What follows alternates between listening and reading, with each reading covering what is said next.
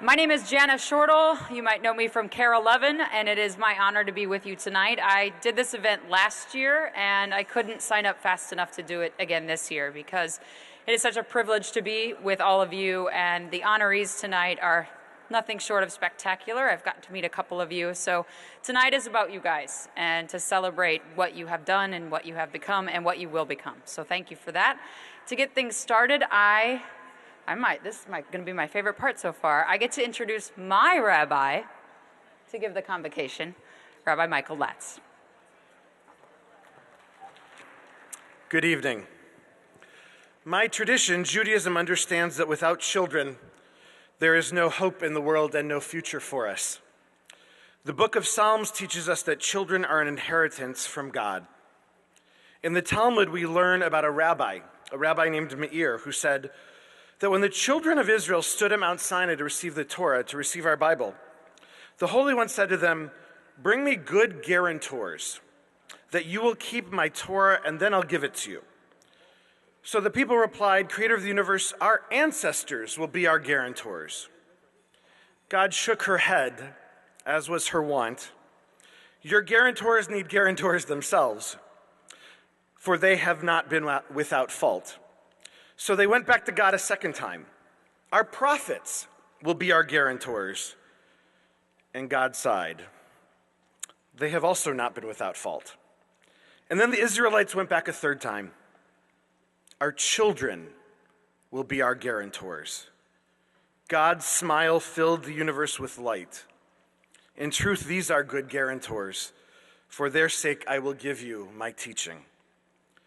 The Talmud teaches us that childhood is a garland of roses. A garland of roses. That's our sacred mission tonight. To create a world where childhood is a garland of roses for every child here in Minnesota, in the United States of America, and on this planet. We know that too many of our children's souls and lives have been pierced by thorns of apathy and hunger and abuse. And so tonight we gather to water with clean, drinkable water the ground where every child can grow, to give each and every child black and white, red and yellow, and every conceivable hue under the sun, the opportunity to blossom and thrive and rejoice and walk the streets without fear, to learn, to contribute their gifts to the world, to use the bathroom of their choice with dignity.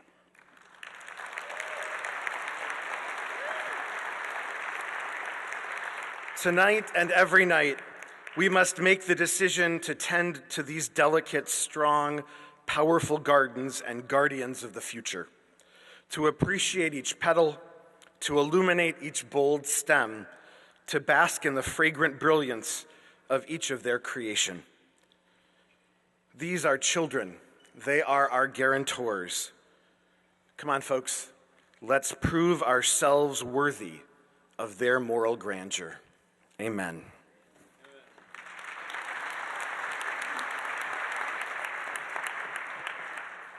Well, hello again, everyone. This is the 24th Annual Children's Defense Fund Minnesota Beat the Odds Awards celebration. I get to do a lot of these events because of the job I have, and I have to tell you, in all honesty, this one is my favorite because it really celebrates what's great about our community, and that is our students. And these students obviously have amazing stories, or they wouldn't be with us tonight in this capacity. And so you're in for a real treat, and we are just honored and blessed to be among you. But one of the reasons I wound up here is the person you will hear from next. If you know, excuse me, I'm totally getting all over the place. Before I get to that part, I want you to know that you're going to enjoy some beverages, cookies from the cookie cart on your table. Feel free to take those cookies home with you. If you don't, I will. Last year, I'm not even done yet with last year's. I still have some in the freezer, so if you ever want to stop by for coffee, the cookie cart, there should be a sign outside of my apartment door. It's the best. So you can have those throughout the evening. I have a few announcements to make. If you provided the winning bid on a silent auction item, you will get a text message at the end of the evening alerting you. That text will prompt you to pay by phone and email receipt to yourself that you can show at checkout to pick up your item. If you do not wish to pay by your phone, you want to go old school, you may pay at checkout instead. Now, I got ahead of myself because I get really excited to introduce this next person because she is my friend and I look up to her so much, and she's the reason I got here in the first place. I'd like to invite former Children's Defense Fund Minnesota Executive Director Peggy Flanagan. Peggy, as you know, yep. Yeah, that's right. Come on now. Peggy, as you know, has taken on a new role with the Minnesota House of Representatives, but she's back tonight. Back tonight for an encore performance. There she is, there she is. To pass the baton to CDF Minnesota's next fearless leader. That's right, everybody stand up for Peggy Flanagan.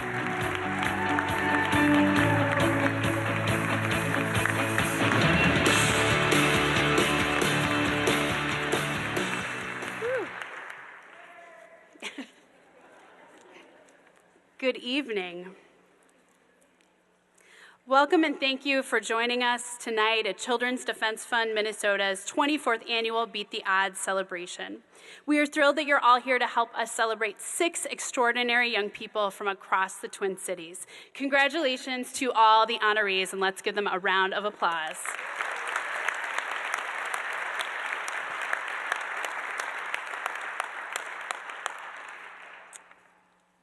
It is also a bittersweet evening for everyone in the Children's Defense Fund family. Excitement fills the air as always, but you might notice that the light feels a little bit dimmer than usual. And that's because longtime CDF board member, friend, and hero for children, Pat Phelan, isn't in the audience tonight. Last October, Pat and his dedicated and hardworking team at Phelan Worldwide helped CDF Minnesota throw its 30th birthday party.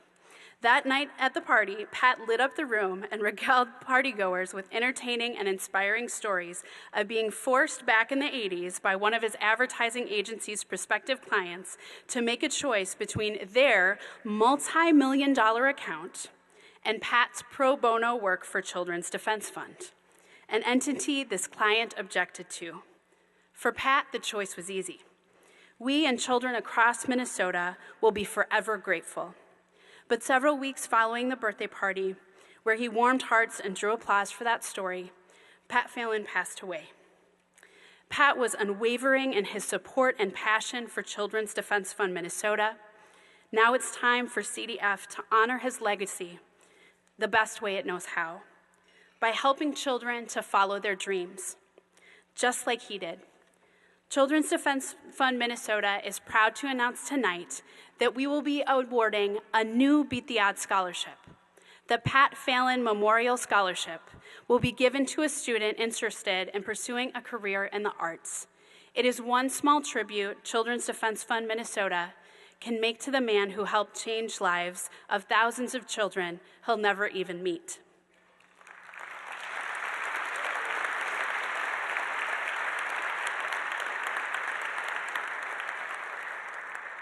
Later in the program, we will learn about the talented young woman receiving this new award. Until then, thank you, Pat. Thank you to Pat's family, friends, and the team at Phelan. Your support and for joining us tonight. And I have to tell you, when things get tough at the Capitol, I think about Pat cheering me on, dropping a couple of expletives, and making sure that I'm fighting like heck for the things that I believe in. Beat the Odds is just one of many initiatives that Children's Defense Fund Minnesota sponsors help to ensure the children of Minnesota have the tools they need to become successful adults. Children's Defense Fund runs Bridge to Benefits, a free online screening tool that individuals and organizations can use to determine a family's eligibility for vital public assistance programs, conducts research, administers freedom schools, and of course is a voice for children at the Minnesota State Capitol, especially those children who continue to face a steeper ladder to success, including children living in poverty, children of color and American Indian children, and children with disabilities.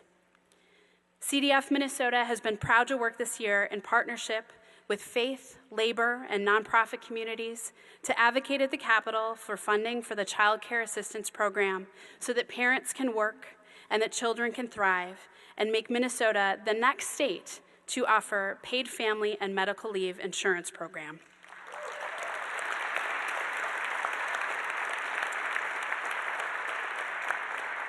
We know that the current system is leaving low-income families and families of color behind, and we know that children would benefit from such a program that would give their families some measure of financial security in time of need and allow them to be cared for when care is needed most. I am thrilled to announce that tonight we are joined by a special guest who comes from the state capitol, where Children's Defense Fund advocates every day and has shown a great commitment for building brighter futures for Minnesota children. Please join me in welcoming our governor, Minnesota Governor Mark Dayton.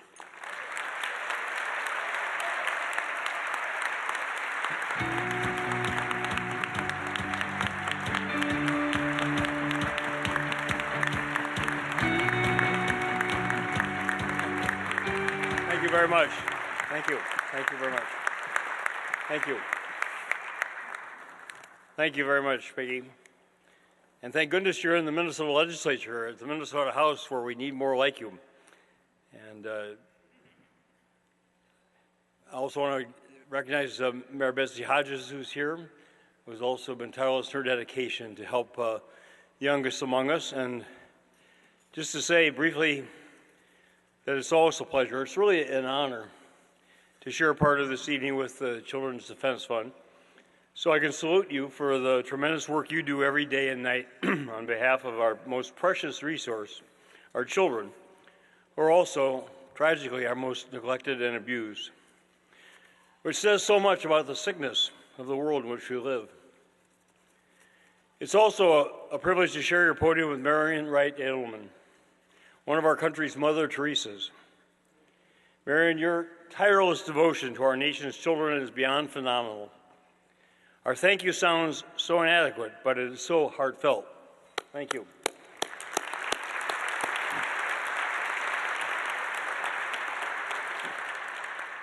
You've mentored a couple of worthy legacies in your former executive directors here, Jim Koppel and Representative Peggy Flanagan. We're exceedingly fortunate to have Jim continuing his public service by helping to lead our Minnesota Department of Human Services. And Peggy, as I said, is now Representative Flanagan, where she can champion social and economic justice for her district and for our entire state. And then I want to pay special tribute to your honorees. I read the biographies that were provided with tonight's program, and you are such amazing superstars, and at such young ages. I so admire you for rising above the terrible circumstances into which you were born.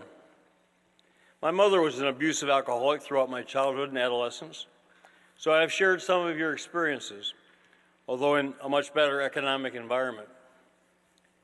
And I know that your talents and your deep inner strength will guide you to amazing futures, which you deeply deserve. I urge you to continue on your path of more academics, personal development, and professional achievement. I hope you will devote your lives to helping others, for what you can give to them, and even more importantly, for what helping others will give to you. And there is so much left to do.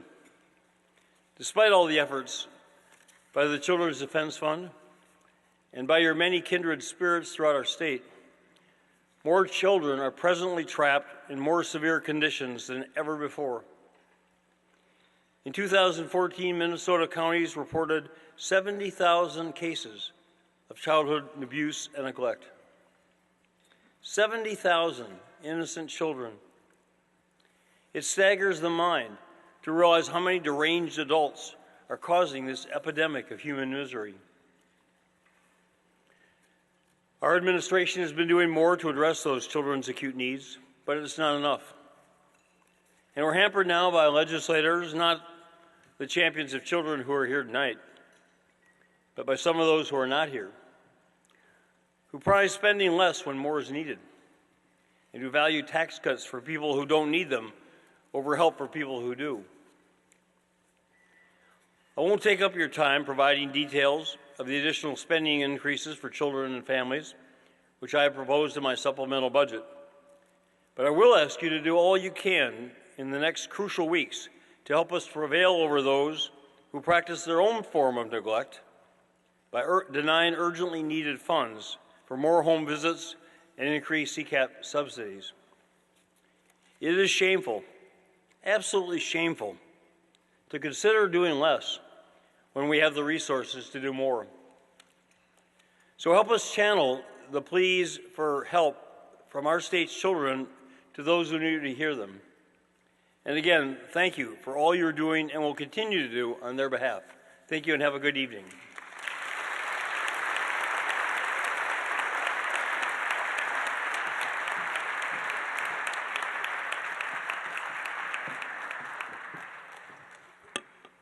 Thank you so much, Governor Dayton. It is fantastic to have a child advocate serving as our governor in Minnesota.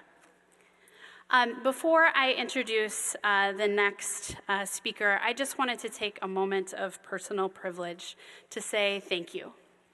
I had the incredible opportunity to serve in the role of executive director of this organization for almost 3 years, and it is one of the greatest honors of my life.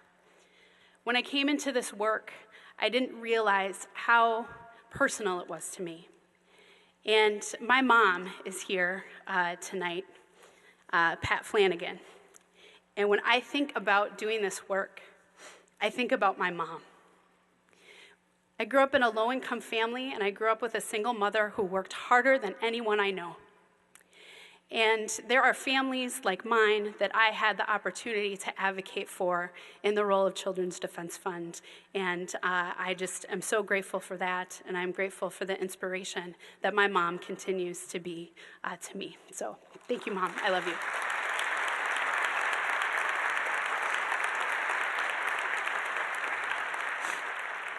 I also wanted to give a Chi-miigwech many thanks to Marian Wright Edelman for the incredible opportunity to serve in this role, for her trusting me in this role, and cheering me on, and helping us to create the first American Indian Freedom Schools in the country.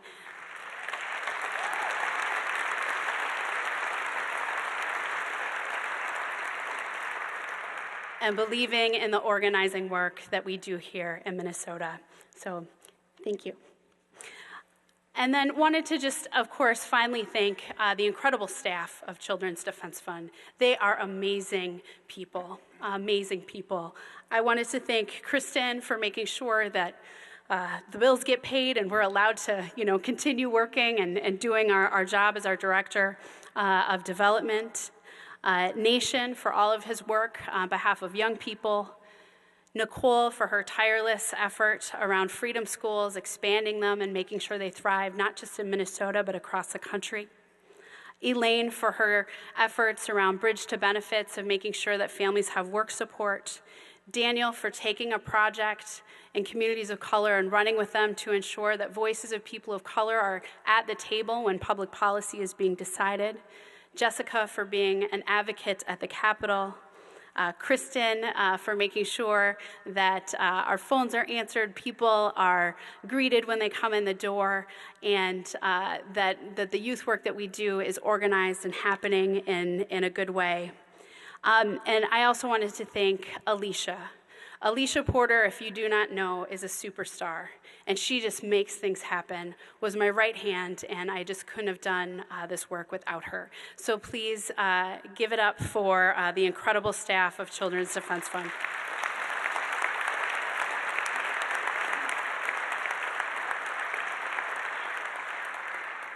And then finally, my occupation might have changed, but my vocation has not changed. I will continue to be an advocate for children and families in my new role and take all of the good work, the passion and the drive of Children's Defense Fund into the Capitol, and I'm grateful to have that as a foundation on which to stand and on which to build. And then finally, I'm going to introduce you to our interim executive director, who, as I transitioned out of the organization earlier this year, stepped up and took on leadership in an incredible way. She is a remarkable leader. Please welcome Stephanie Hoganson.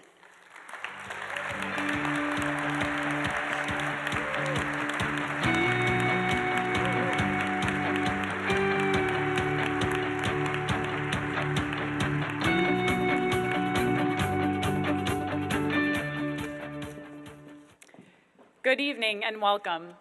Thank you so much for joining us tonight, and thank you to Peggy for welcoming us and our staff and our event sponsors. Thank you so much for your commitment to our organization and children and families across the state. Thank you to Governor Dayton for taking the time out of his busy schedule to recognize Children's Defense Fund and our extraordinary honorees. Thank you to the many elected officials joining us tonight: Mayor Betsy Hodges, Councilmember Russ Stark, Representative Aaron Murphy, Representative Raymond Den, Representative Rena Moran, Representative Dave Pinto, and anyone else who I'm missing. We appreciate you being here with us and all of your support. This is my 9th Beat the Odds celebration, and still each year I learn valuable life lessons from the incredible young people that we honor, and their nominators and supporters who help them achieve so much. After each Beat the Odds event, I become re-inspired to continue to do the work of Children's Defense Fund Minnesota. Like Peggy and the honorees, I grew up in a low-income home and was supported by so many. And I'm so grateful to be here tonight to celebrate all of your accomplishments despite tremendous obstacles. Shamaria, Hennessy, Mila, Sebastian, Dominic, and Chris, welcome to the CDF family. We're so proud of you.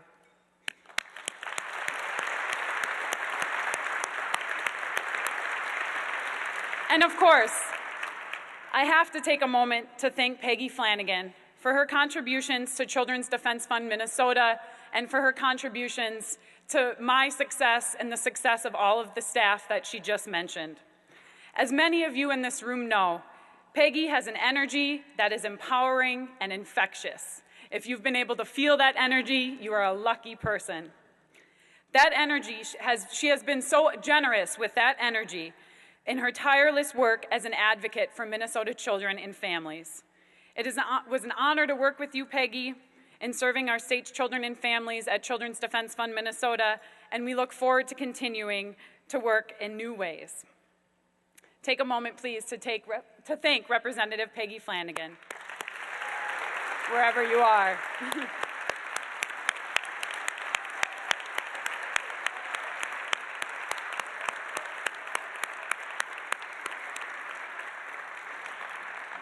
As Peggy mentioned, Children's Defense Fund Minnesota recently celebrated its 30th birthday. In 30 years, we have accomplished so much with your partnership and support. Our advocacy has helped ensure health coverage and care for tens of thousands of Minnesota children. We've created tax credits to improve economic stability. We've expanded access to early education so children are better prepared for school. We've increased access to affordable childcare so that parents can work and their children are in safe and stable care environments. We've strengthened the child protection system, and we've raised the minimum wage, and we can list so much more.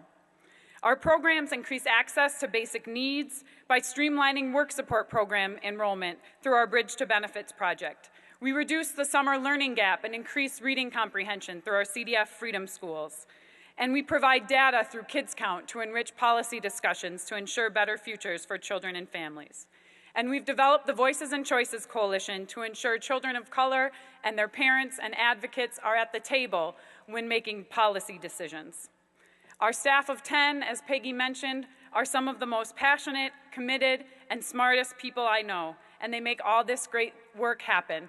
And I know we thanked them once, but let's thank them one more time.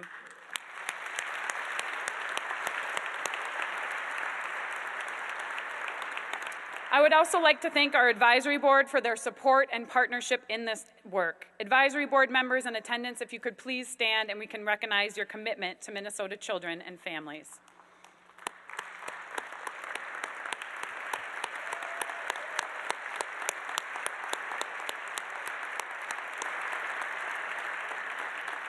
Despite our progress, many Minnesota children and families still don't have access to basic needs, let alone opportunities for them to learn, grow, and to thrive. This not only affects these children's futures, but the futures of each and every one of us and the future of our state.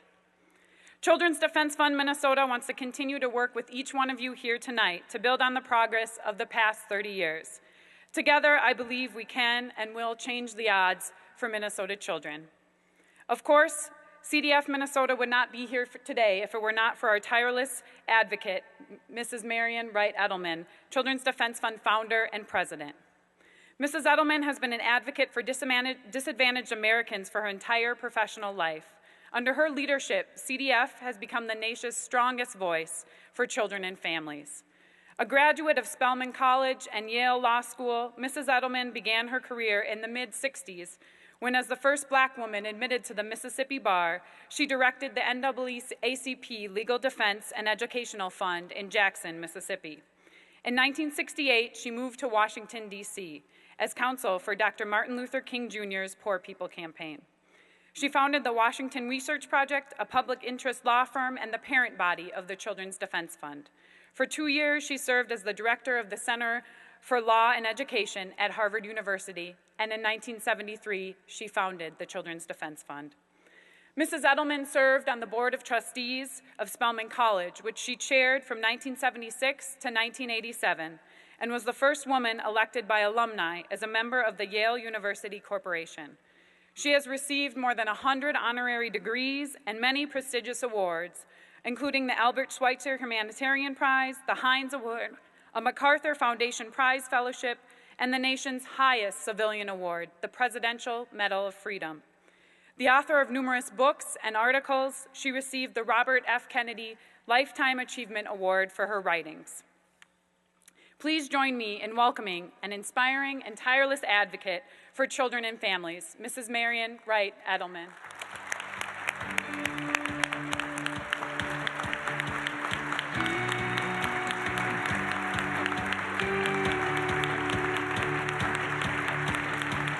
Thank you. You should give me a standing ovation when we end child poverty in the United States, because that is what we're going to do.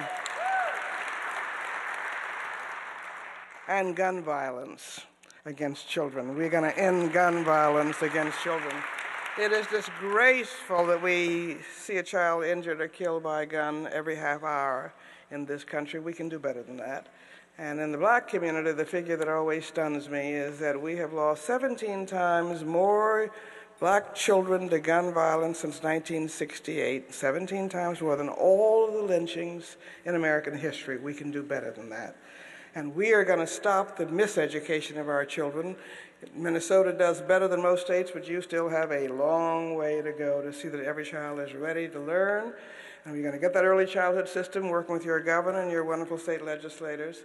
But we are going to, this obscenity of America preparing children to fail and for prison, when 80%, an overwhelming majority of all children, of all races, cannot read or compute at grade level in 4th or 8th grade. And for Latino children, it's over 75%, and for Black children, it's almost 80%, cannot read or compute at grade level in 4th or 8th grade, and we all know what the dropout rates are. And what is a child gonna do if they can't read or compute at the most basic levels in this country? So we've got a long way to go, but this is the future of America, and we love our country, and we are not gonna have a strong America unless we have strong children. So I wanna just thank all of you for coming out here to join this wonderful staff at the Children's Defense Fund Minnesota in the struggle to make Minnesota a wonderful example for the rest of the nation. And you are better than a lot of them, if not most of the nation. But you've got a way to go too, but we'll get there with the talents that's here and with the commitments that's here and with these wonderful young people who are here that we're celebrating, who are beating the odds that they should not have to overcome. And I love it. They all look like the United Nations. If you come and you find Beat the Odds kids over the last 20 years down at Haley Farm, you got hundreds of them there. They look like the United Nations, and they are the new world that we are preparing to make sure that they are prepared to help lead. And so I just want to thank you for coming. I want to thank Peggy. She's been wonderful. And you never get rid of us. Once you come to work for the Children's Defense Fund, we're on you for life. And so we're very proud of her and her new role, and know that she will continue to raise her voice for children. And we're going to have many, many, many Native American freedom schools. And Minnesota's just begun the first, and we've already got a process in place to make sure that we have them in a number of places in the coming next years. But she's going to be a wonderful representative, as you know, and hopefully we'll continue to keep her in our CDF family in a continuing way. And I'm sure we will, but we'll thank her, and I'm looking forward to meeting her mother. You did good, Mom. You produced a wonderful young daughter and leader, and we're very grateful for her leadership. I'm obviously pleased that the governor came. I'm pleased that Mayor Hodges, who's been coming every year, is going to present the awards, and our city council person here is here with thank you. And I want to thank the Minnesota Advisory Board members who have been ongoing supporters for a long time. Thank you. We could not do the job we're doing without your support, and I want to just call out the key supporters of the evening: Fallon and You Care, and Delta Dental in Minnesota, and Thompson Reuters, and our news reporter who comes to support us every year. And we're just very glad. Thank you, Carl. Thank you. This is the first Beat the Odds that I've ever been to that Pat Fallon is not. And that's what I want to talk about, but I want to first just thank Stephanie Hodgson and the CDF staff. They have not missed a beat. And I really believe so strongly in having a depth of leadership, but they have carried on after Peggy has gone on to take her new position without missing a beat. And I'm just so proud of them and so grateful to them. And Stephanie, I just want to give the staff another hand because they really have been terrific.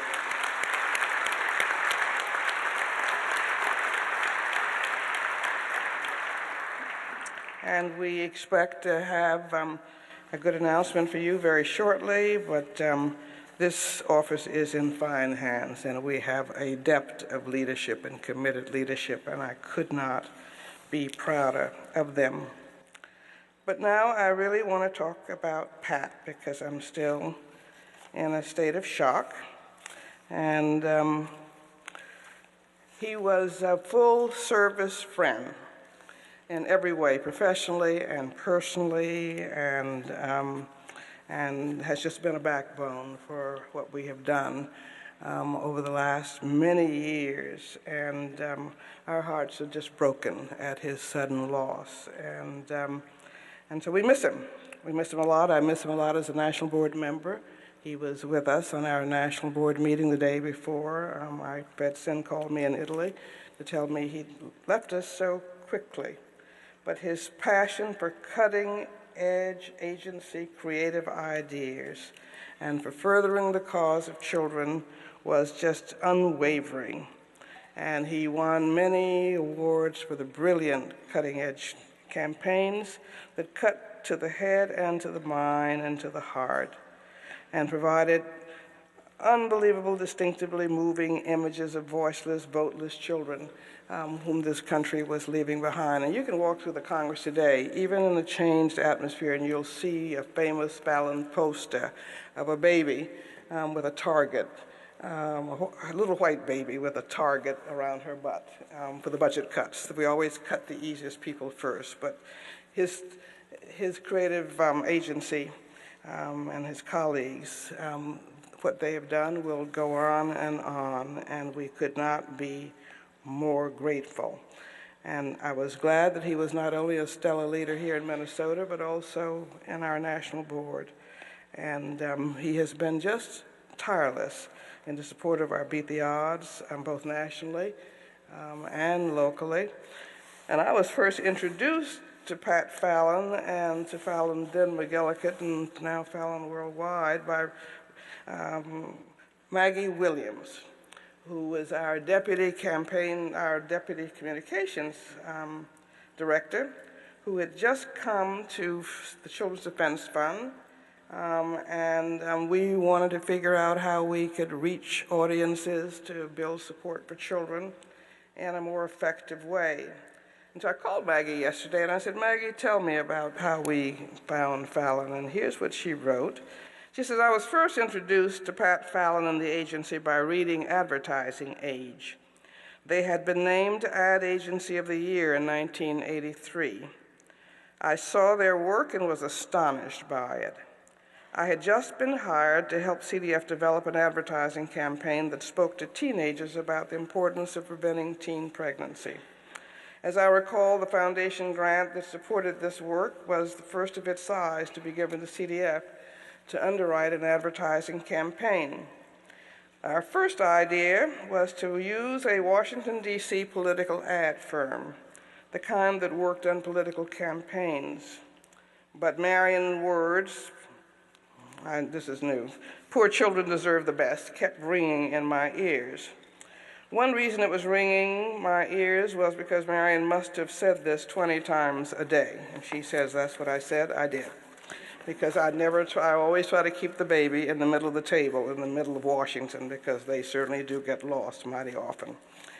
So I went to my direct boss and mentor, Maggie continued, Evelyn Lieberman, and said something to the effect of, the best ad firm in this country is in Minneapolis.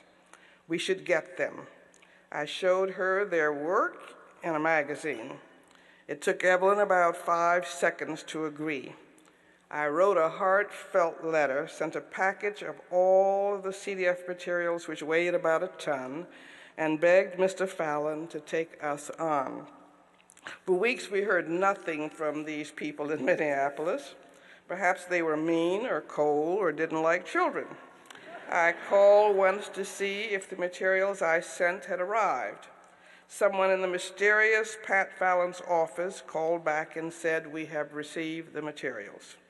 And then we heard nothing more for another week or so. But then a phone call came. Mr. Fallon was on the other end of the line. He told me he was traveling and had a brief stopover in Washington, D.C., and he asked, can you meet me at the airport today? I said yes, but I meant no.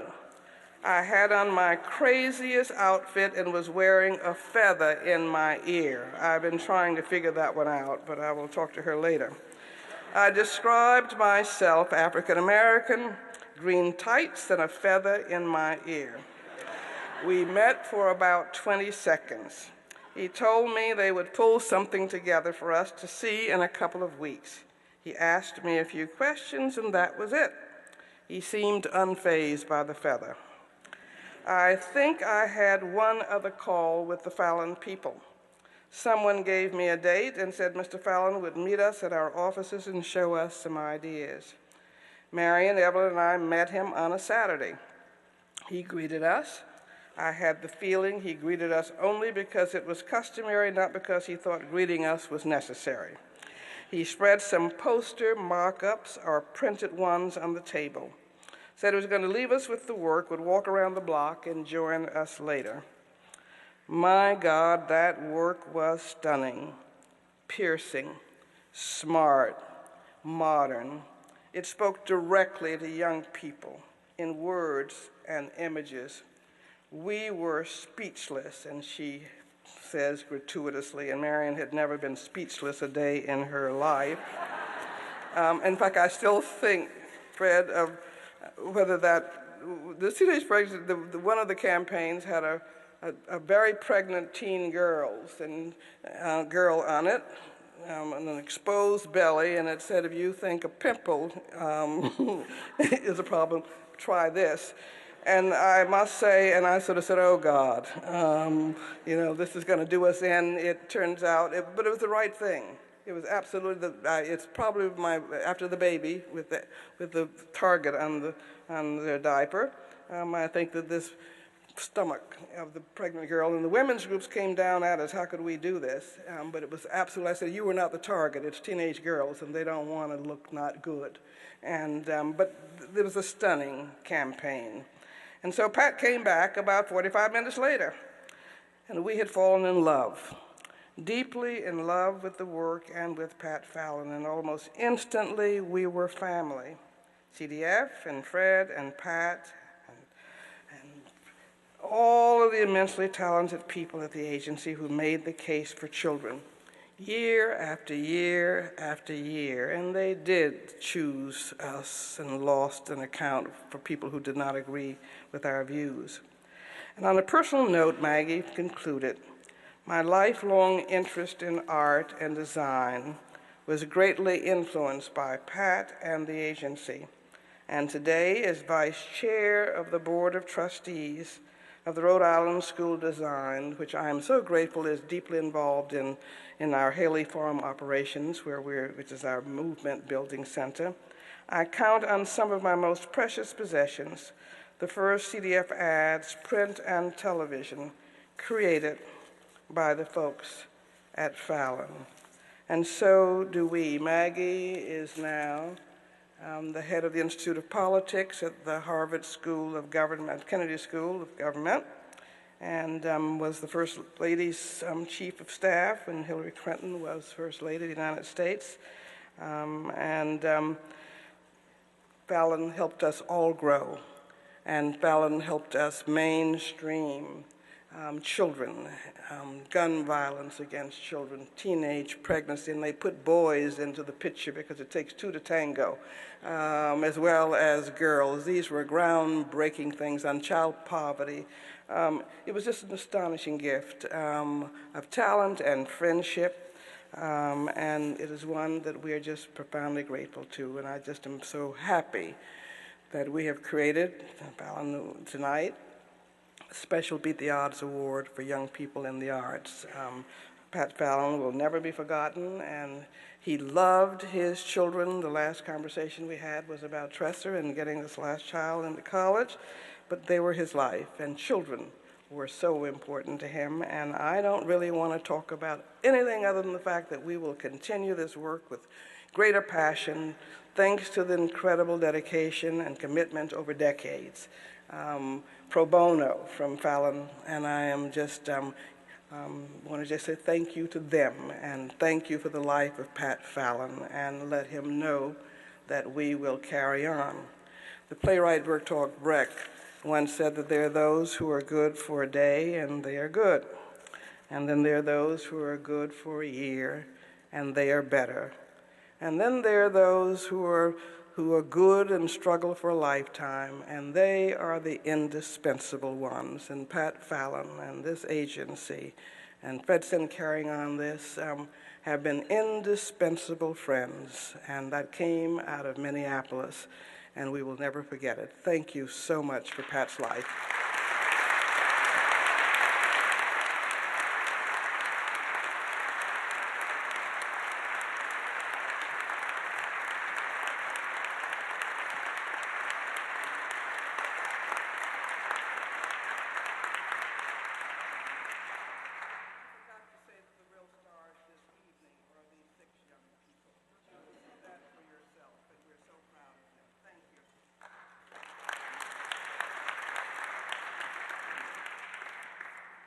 Thank you so much, Mrs. Edelman, for your remarks, for your lifetime and body of work. It's truly an honor to be here with you tonight. For many of our Beat the Odds honorees, winning a scholarship means more than money. It means more than college, more than a career. It means gaining a lifelong family. Please welcome back an honoree that has truly become a member of the CDF family, 2006 Beat the Odds recipient, Katie DeSantis.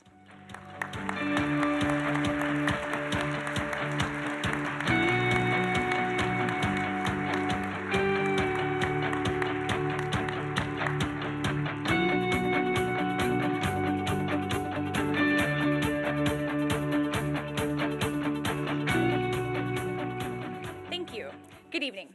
My name is Katie DeSantis. I'm a 2006 graduate of Washburn Senior High School in Minneapolis. Yeah, go Millers, right?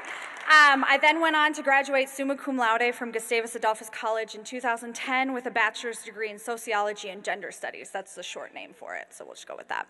I currently work full-time with the Hennepin County MNsure team and part-time at the Greater Minneapolis Crisis Nursery as a lead teacher. Thank you. I am the first in my family to go to college, and I'm also a 2006 Beat the Odds honoree. February 14th, 2006 was one of the best nights of my life. My Beat the Odds banquet made me feel that I mattered. And it gave me the confidence in myself that I was lacking. For the first time in my life, I felt like I had truly made it. And I truly felt that I would break the cycle of poverty that my family was entrenched in.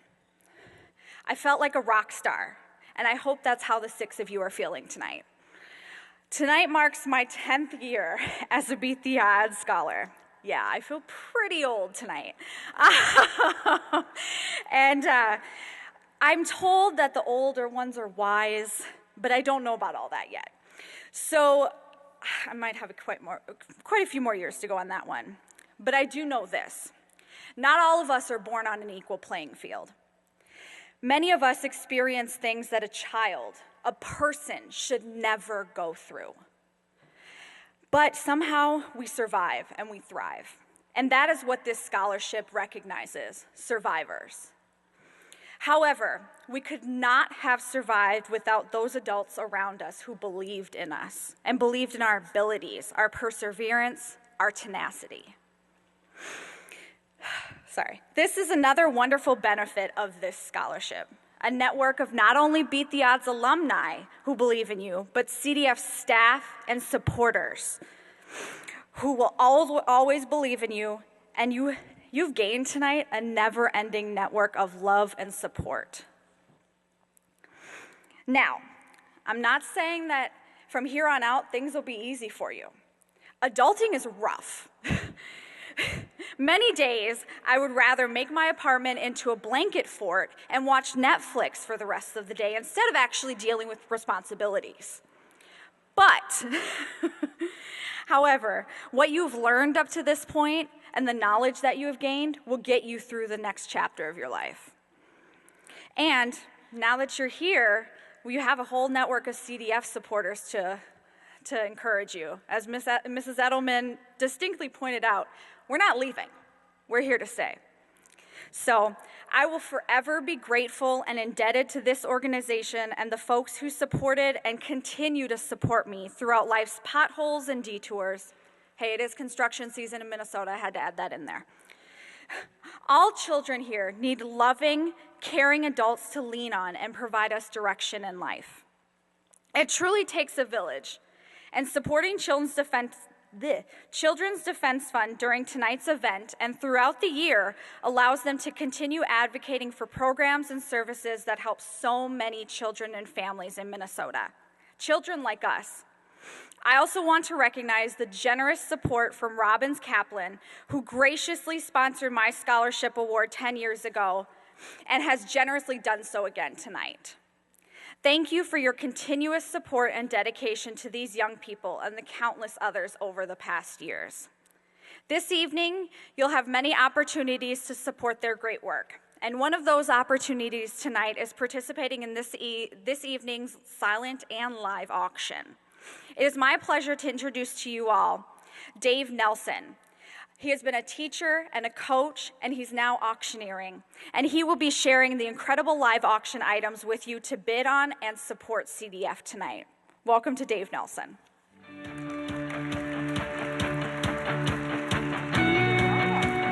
Sorry, I think I stole something.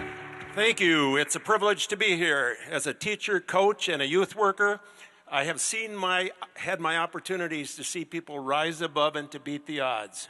And so I join in my congratulations to the who and the do, the who you are, you 6 honorees, as well as that which you do, for sure. But first of all, before I get further into the live auction, I'd like to address the elephant in the room. The elephant in the room is, Jana said that you would be able to enjoy your cookies, but nobody dares unwrap them for fear of the sound. So would you please right now, if you plan on eating any cookies, unwrap the cookies, please.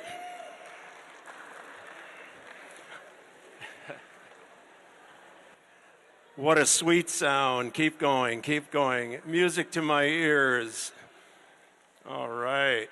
Do you want me to get you some cookies, Dave? Yeah, I have a few, Jana. I have All right. a few over there, but thank Okay. you very much. All right, Thank we're you. good? Yes. All right, all right. And during this time, if you didn't take that opportunity, feel free. I want to bring my greetings from Flattable Auctions. This is the first year we've been able to work with you folks, and we are delighted because we do about 260 of these last year we did, and raised about $21 million for charities like your own. And so we're really pleased to be here. So anyway, I have really only one rule. And the one rule has three parts. It would preach well, I guess. And that is bid quickly, often, and generously for these three things. We have only three, but they're fun items. I also like to start low and to build up so we can see a few bid numbers in the air. And that leads me to my last piece, almost last piece, and that is raising your bid numbers, please. Would you locate your bid numbers, the half sheet of paper, and would you raise them up, please? I'm a retired math teacher, and I'm fairly good at estimating, and I see right now about 4% in the air. Make that 24%, 37%. You're getting there, 52%. Come on, folks. Here we go, 69%, 74, 89. We're about there. You can put them down. Okay, put them down, put them down, put them down. Okay. The last item before we start is the fact that everybody in the room has a job tonight. If you're not bidding as one way to raise funds for this organization, you are cheering on those who do, okay? So keep that in mind, please. And I'm ready, Jana, if you are. And I would like to add, Yes. if you don't think that, cheering isn't just like, good job. Good job. None of that No, good job this stuff. is- It's like go nuts. Really tall roof, you could raise Yes, it. this is a Yeah. nice building You can do and it. nice going. And it Good, echoes good. if you get real loud and No, rowdy. yes, All right. echoes are good. Echoes are good. You want to crank this out? Crank it out. Let's go. All right, Item what do we number got? one. Item Here we number go. one. Here we Read go. that. Look at the slide, folks. Here we are. All right.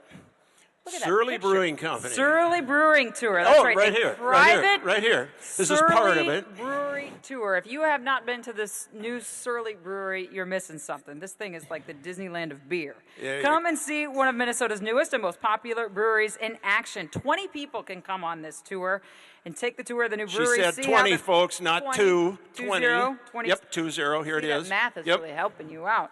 This package includes a $20 gift card, Surly gear, there's a hat, there's some pint glasses in there, 2 t-shirts, a tour for you, and again, 20 people must be scheduled on a fun day Monday. So take the day off, bring 19 of your friends, and let's do this. This is it. 20 I'm free. people. I'm free that 20 day. And she's free this day, so Yep. you can take Jana along. Yep. Okay. Now remember, if you like the people at your table, invite them. You're halfway there. So here we go, folks. $100 wear, 100 wear, 100 right over there. I'll take 100 now, 150, 150 back there now, 200, 202, and now 2.5. Your turn now, 2.5. Now 300 over there now, 300 now, 3.5. Yep. I like now that kid in the $400. back. Now 400. Yes, 400 now, 4.5. What do you been There you 4.5? go. Yeah, now $500. 5 and 550. Your turn. 500, 550, 550, 550, 550, 550. You were so excited. And Yes, it come was on. going so well. You and me on so a fun well. day Monday. So well. What? All right, 500 now. 550 over there. Yes, now 600. Way to go, 550 now Joe. 600. What do you got? 600. 600. 600. Your turn. 600.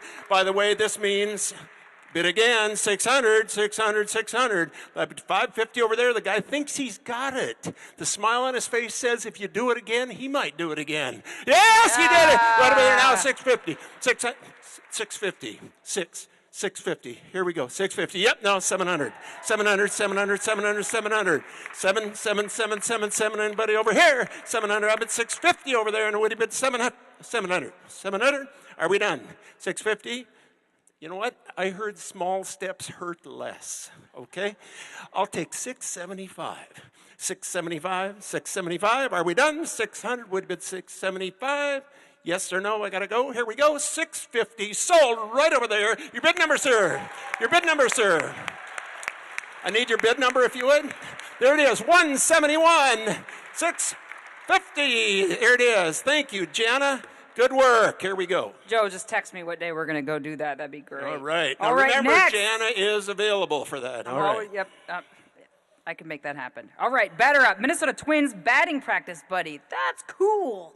The unique Minnesota Twins experience is sure to be a thrill of a lifetime for your son, grandson, nephew, daughter, granddaughter, niece, me. Yes. The experience entitles one youth ages 8 to 15 to be a batting practice buddy at a 2016 regular season Twins home game at Target Field.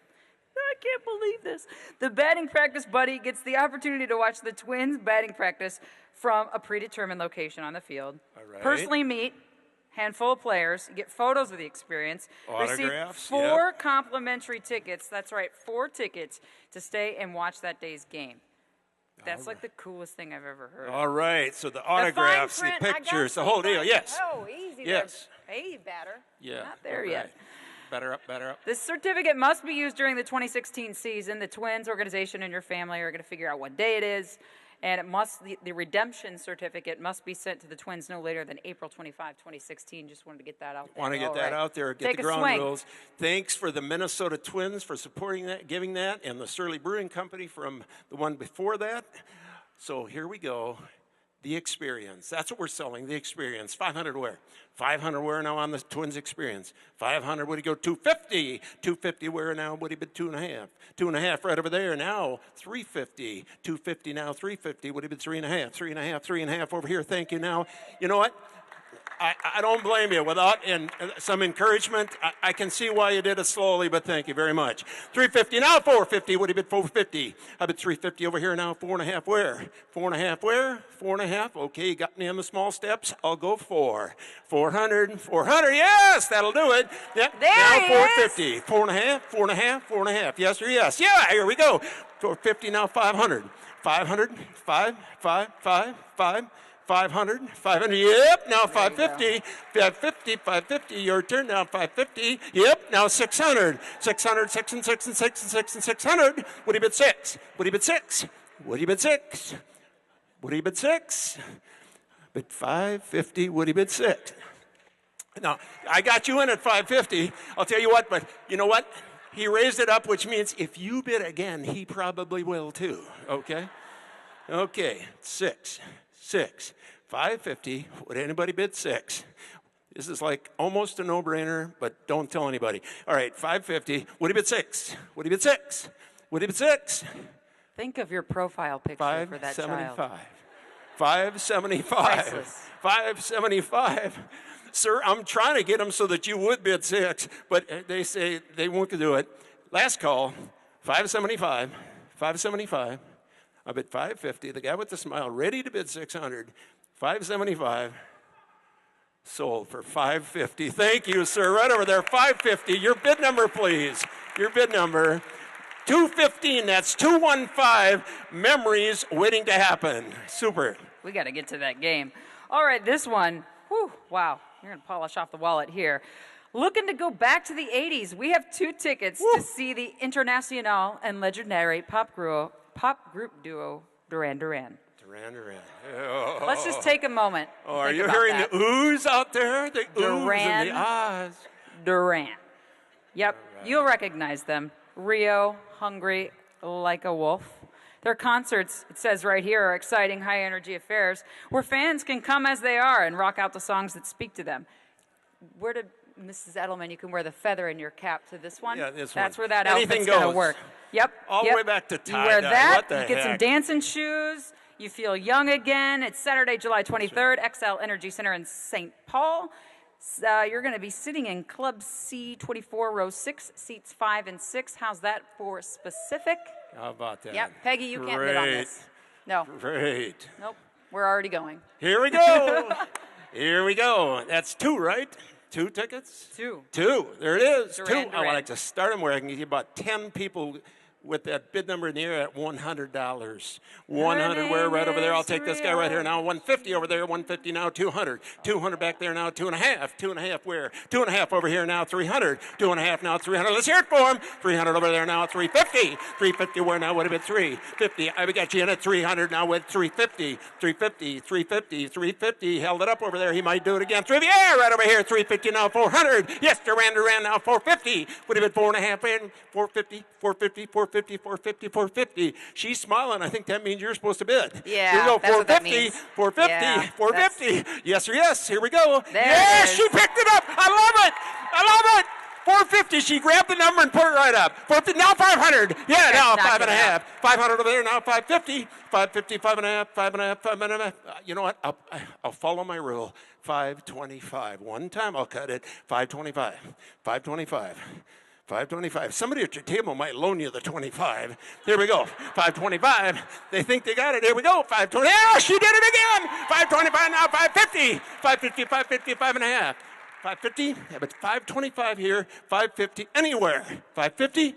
550. There Yeah, it is. she did it. Now 575. 575. 575.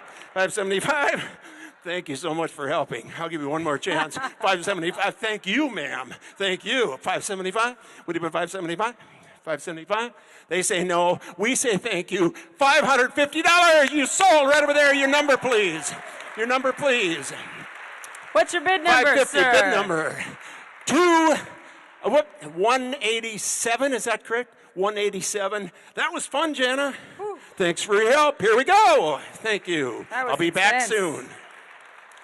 I've done a lot of these, and never before has there been a live auction of Duran Duran tickets. That's a first.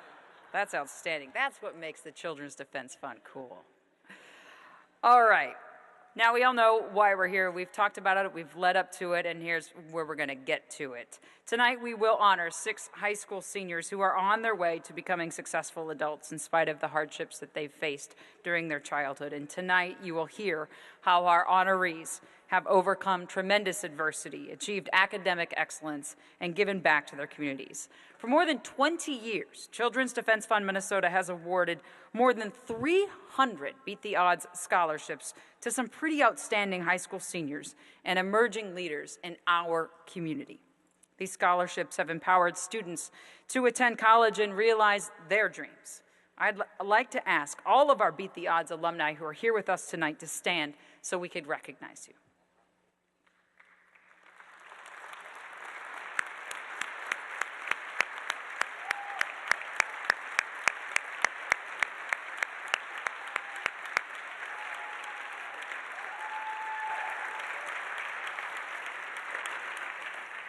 Beat the Odds scholarships would not be possible without the contributions of sponsors. Let me just read those for you. The Fallon Agency, UCare, Delta Dental of Minnesota Foundation, Thomson Reuters, Mortensen Construction, Children's Hospitals and Clinics of Minnesota, State Representative Peggy Flanagan, the Manning Family Fund, AFSCME Council 5, Associated Financial Group, Bill and Amy McKinney, Gita Worcester, Xcel Energy, and WSB and Associates. Thank you to all of you. Let's give them a round of applause.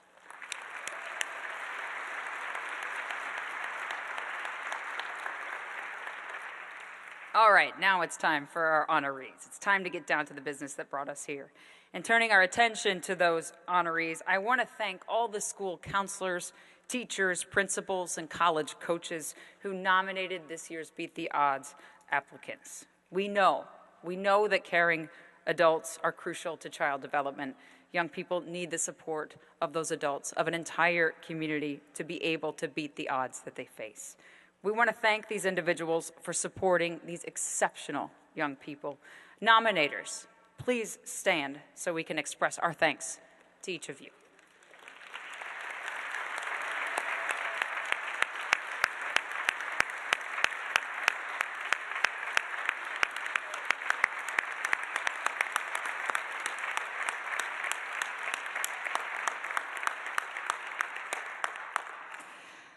We are honored to have some pretty important people with us tonight. Minneapolis Mayor Betsy Hodges, St. Paul City Council President Russ Stark, and Fallon Worldwide co-founder Fred Send.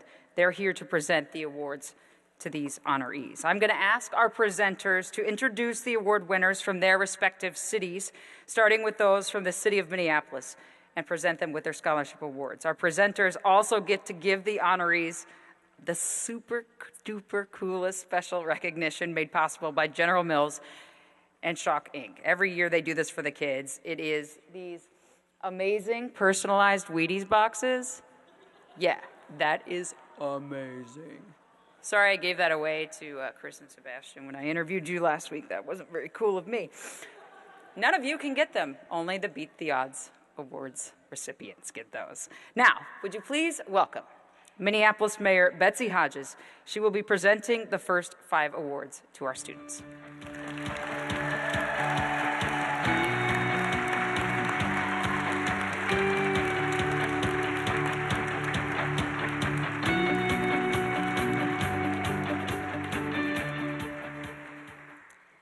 Well, they give you a script.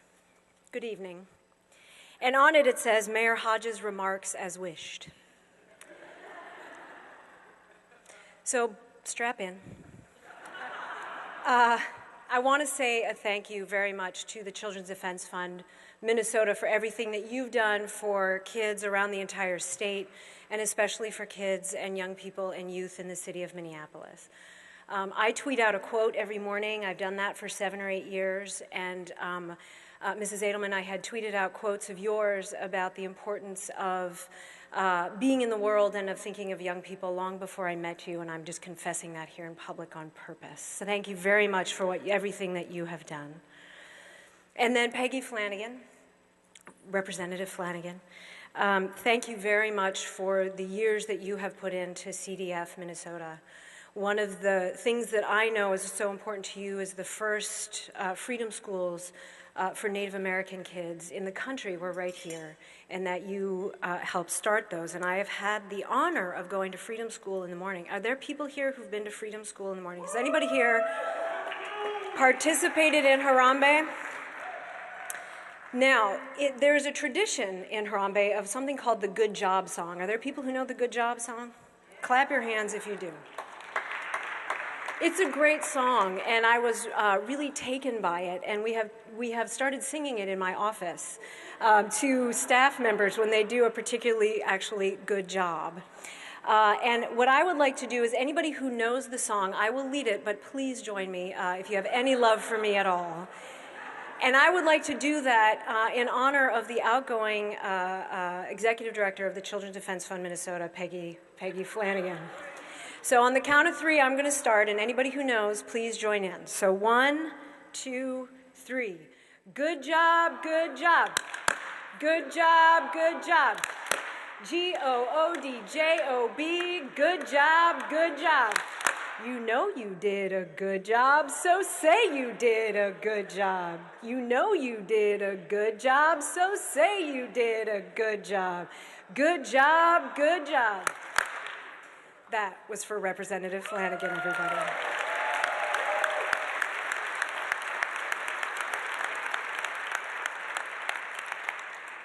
The only other thing that I want to say before we get to these awards, besides just wanting to keep these poor young people on pins and needles waiting to get to come up, is that these are the Beat the Odds Awards. And I often say that my goal for the city of Minneapolis is that we cannot predict your life outcomes by your race, by your current class, or by your zip code.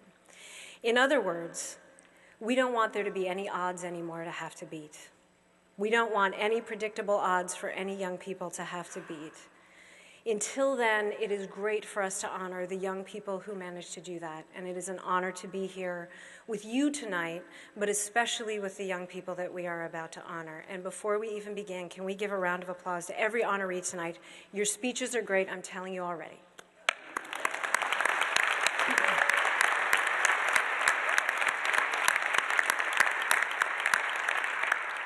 So I am honored to present the award to our first 5 honorees, beginning with Shamaria Jordan from Edison High School.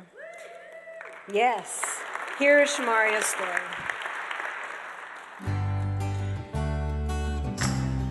My name is Shamaria Jordan, and I go to Edison High School. I think Shamaria is seen as somebody who people respect in terms of like her knowledge and her contributions and that type of thing. She has lots of friends, she's very well liked.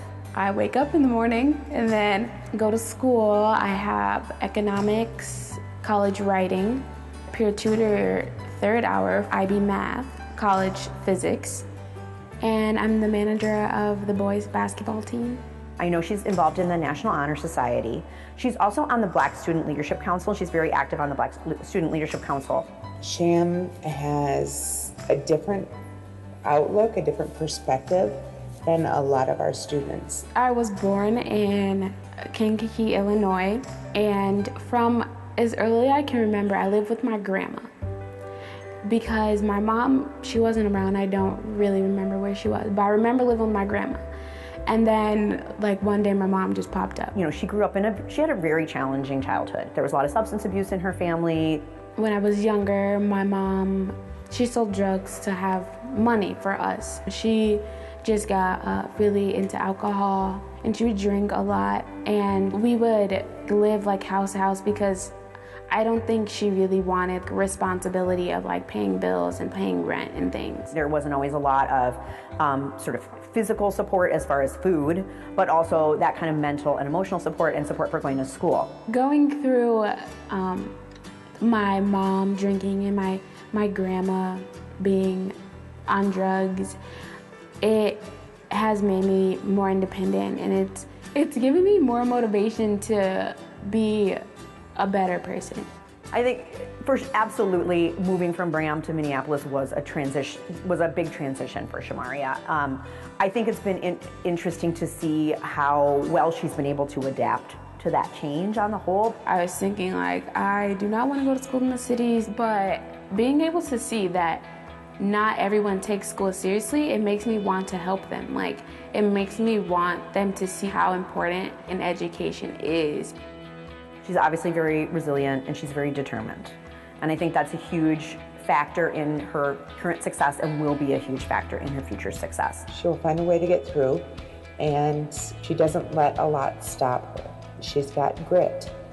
She wants to make it. Seeing my mom struggle makes me not want to struggle.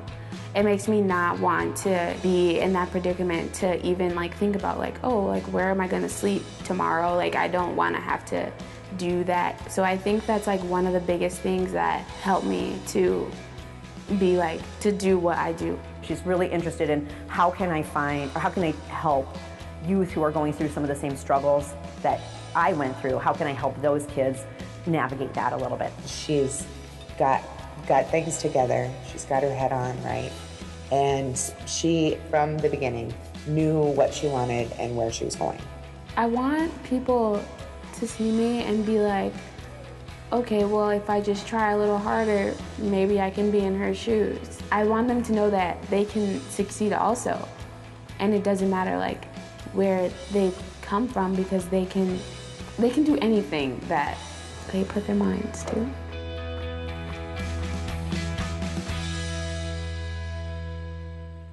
Please give a round of applause to our honoree, Shamaria Jordan.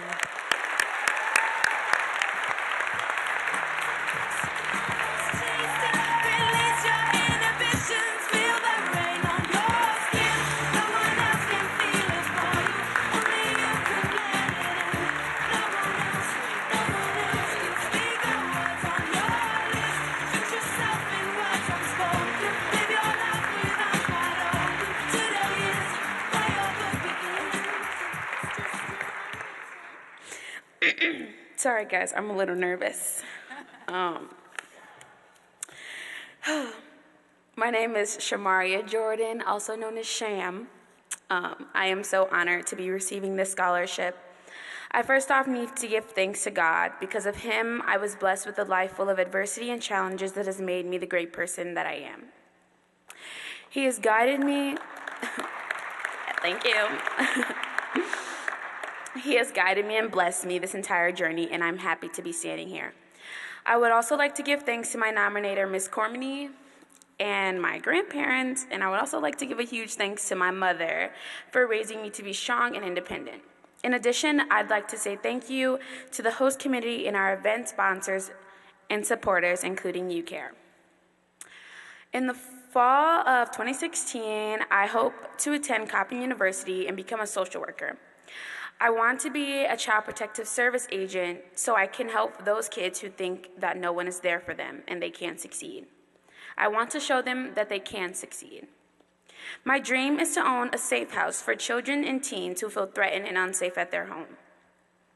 It can also be a place where they can just come and get away for a while. My advice for other kids who are in crazy situations would be, no one in this world can keep you from your dreams and goals but you. You have to rise up against adversity and prove those people who doubted you wrong. A few lyrics from the song Unwritten by Natasha Bedingfield really inspire me. Release your inhibitions. Feel the rain on your skin. No one else can feel it for you. Only you can let it in. No one else can speak the words on your lips. Drench yourself in words unspoken. Live your life with arms wide open. Today is where your book begins, the rest is still unwritten. There is no specific ending to your story. I know you can't control how your story starts, but you can choose how it ends. So do what's best for you. Who will do it for you if you won't do it for yourself?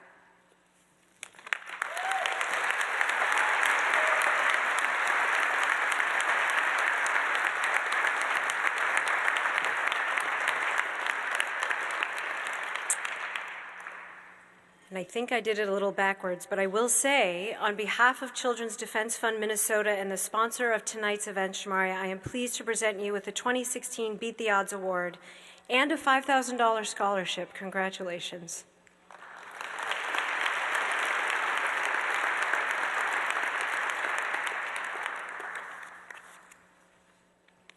Our second honoree is Dominic Johnson from North Community High School, and this is Dominic's incredible story.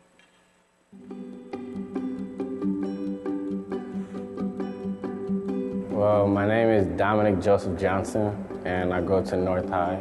I first met Dominic when he was in 9th grade, so he was about 14. He was very wild and had a lot of energy. I never really took education serious until my 11th grade year, where I realized you can really go places with education in school. So Dominic, as a student, naturally he picks up the schoolwork. He understands material, and he's someone in class that people enjoy having around because he makes folks laugh. I've seen him grow from just being like a crazy little 14-year-old kid to like this really like mature, reflective adult. He knows how to advocate for himself, and I see that a lot with his relationship with our social worker and myself, where he's a lot better at saying, hey, I really want to get into this college, can you help me? And he's allowed himself to be more vulnerable. I work at West Broadway, Little Caesars, and I started working because, you know, in my household, when you grow up, your parents is not always gonna buy you the stuff you want. He takes pride in working there. He works hard, and he makes it fun. I never wanted to be in that position where I have to worry about my financial abilities and worry about like my lack of education. I was born in Coon Rapids, Minnesota, Mercy Hospital. I guess my mom wasn't a good parent at all. I know he suffered pretty traumatic abuse from a very young age from his biological mom. My mom, she was a schizophrenic. As 3-year-olds, we were drinking alcohol, and my sister took some pills. I don't know what pills they are, and the hospital had to pump it out of her stomach at a young age. Him and his younger sister were taken away from her at a very, very young age and then put in a series of foster care placements, and then eventually ended up being with a family member. Me and my sister, we were getting abused in the foster home constantly, and my grandma took us. The abuse started again. It was verbal, physical, you know, sometimes I'd go to school with bruises on my body, so I started running away. He'd shared with us on numerous occasions about the difficult relationships he was having at home, even also his home life and just living situation. My 11th grade year, that's when my attitude started improving, my grades started improving. Eventually I moved back in with my grandma, and it felt like she treats me more of an adult, so now I'm more of my own provider. The fact that in the midst of all that, he's still on track to graduate and he still comes to school happy and in a good mood, that's a good definition for being the odds. I think he's really going to kind of blossom once he kind of, transitions into a college lifestyle. And the fact that he kept focus, he kept coming to school, he kept passing classes. It's one of those things where this speaks to how resilient he really is. Don't worry what people have done to you. Worry about what you're gonna do to prevent that to happen again. So always think of what you wanna be, not what are you now.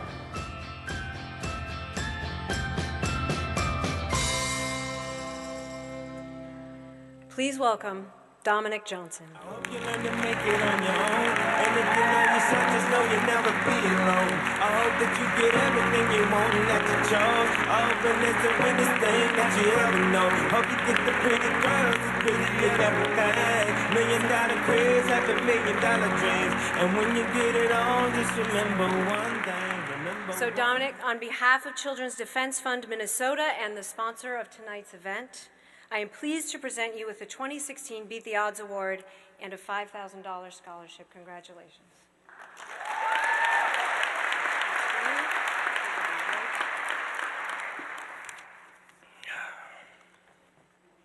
Hi, my name is Dominic Johnson.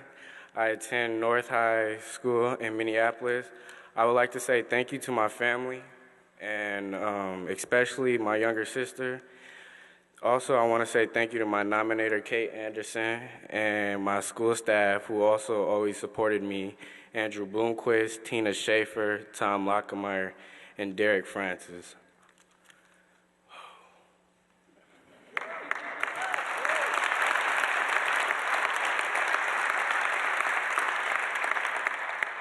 I would also like to say thank you to the host committee and our event sponsors, including Delta Dental of Minnesota Foundation, to everyone who came out tonight. A special thanks to the Children's Defense Fund of Minnesota for awarding me with the Beat the Odds scholarship. This scholarship will open up many opportunities for me to be successful in my future. I plan to attend St. Cloud College and then transfer to the University of Minnesota to acquire the highest level of education in business. I am very thankful to being in this position where I have the opportunity to go to college when so many others don't. And a large part is due to another Child Defense Fund program called Freedom School, which I attend during my early school years. Freedom School is where I created good study habits, improved math and reading skills, and the experience helped me gain confidence that I needed to be successful. My dream is to own a Fortune 500 corporation one day, and also want to be a mentor.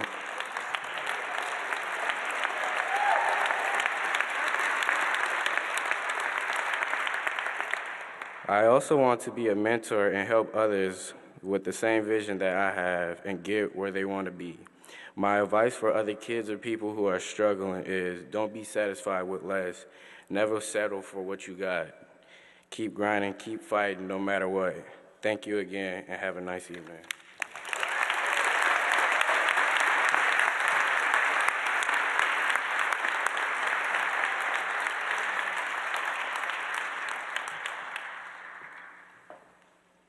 I look forward to seeing that company.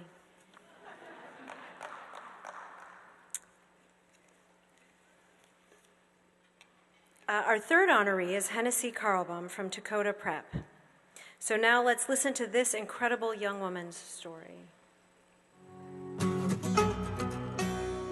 My full name is Hennessy Marie Carlbaum. I go to school at Dakota Prep. My first impression of Hennessy was a very quiet, timid girl who struggled to speak her mind. When I first met Hennessy, we were like really quiet. We were just like quiet. Once I finally started talking to her, it was just like we connected right away. I was born in White Earth, Minnesota. She has gone through so much more than I could even reiterate and do it justice, but she's lost plenty of people. She has grown up in an environment where substance abuse is a very real thing. I think I was in 7th grade. I was 13. My older brother, Jordan, he passed away. He was in a car accident with my dad and my 2 cousins, and he was killed on impact.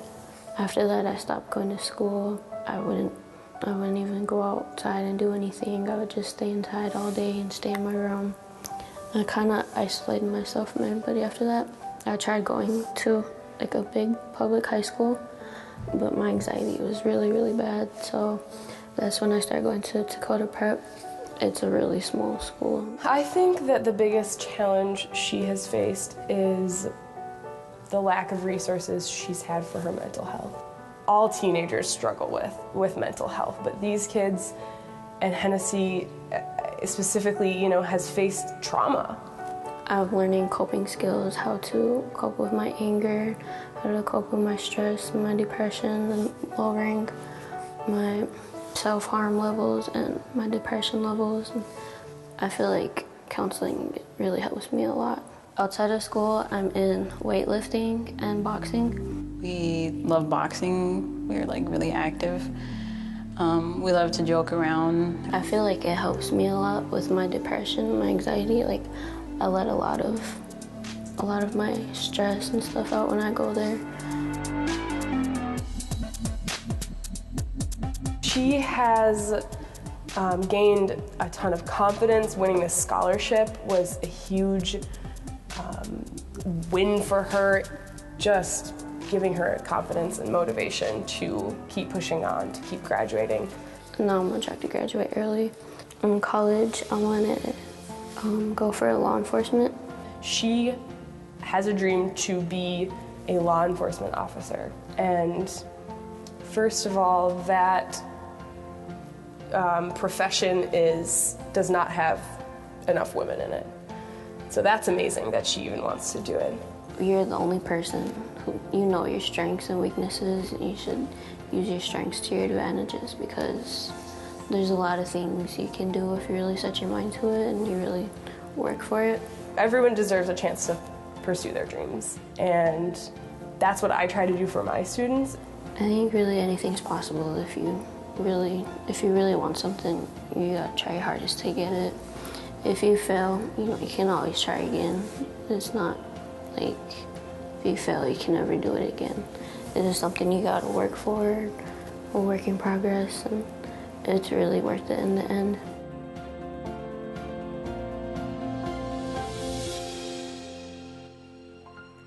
Ladies and gentlemen, please welcome Hennessy Carlbaum.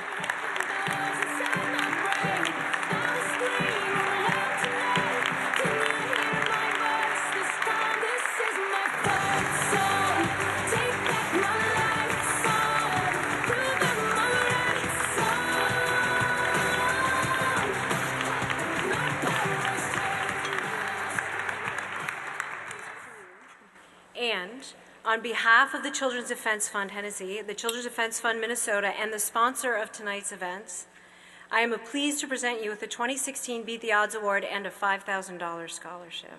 Congratulations. Thank you. These will be right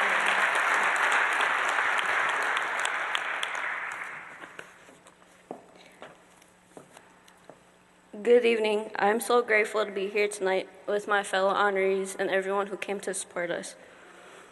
I would like to say thank you to the host committee and our event sponsor, including Xcel Energy and WSB Associates.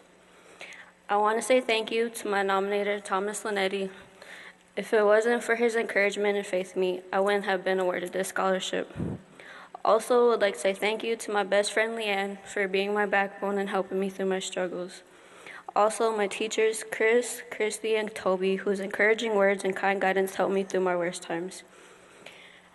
And to my mother, Cheryl, for her endless support, unconditional love, and guidance through my hardships.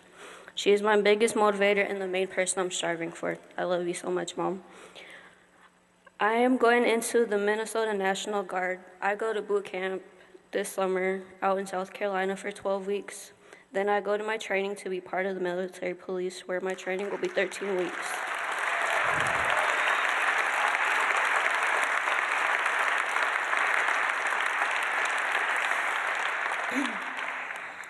Then I plan to go to college in Fond du Lac to obtain my degree in child development studies. Around my community, there are so many statistics and stereotypes against us Native Americans. Being drug addicts, being alcoholics, being violent, and about our youth not going to school.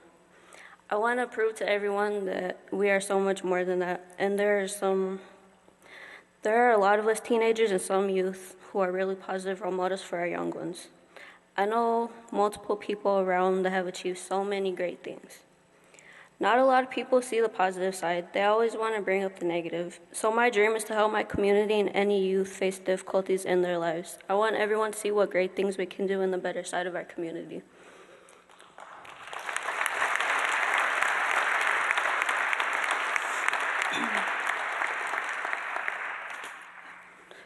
My advice to other kids facing difficulties would be, there's always brightness at the end of the tunnel. Self-empowerment is the key in guiding yourself through every struggle.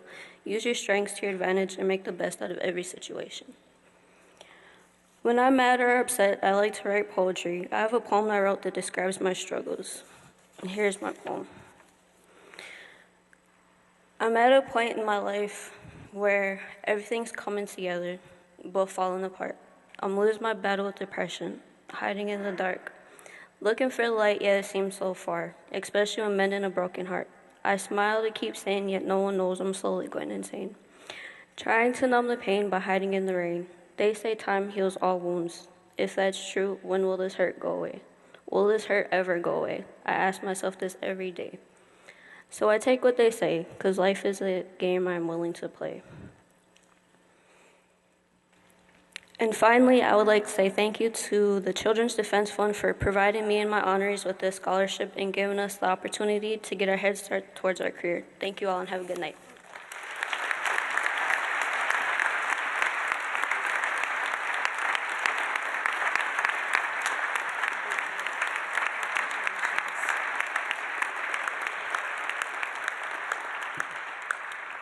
Congratulations, Hennessy.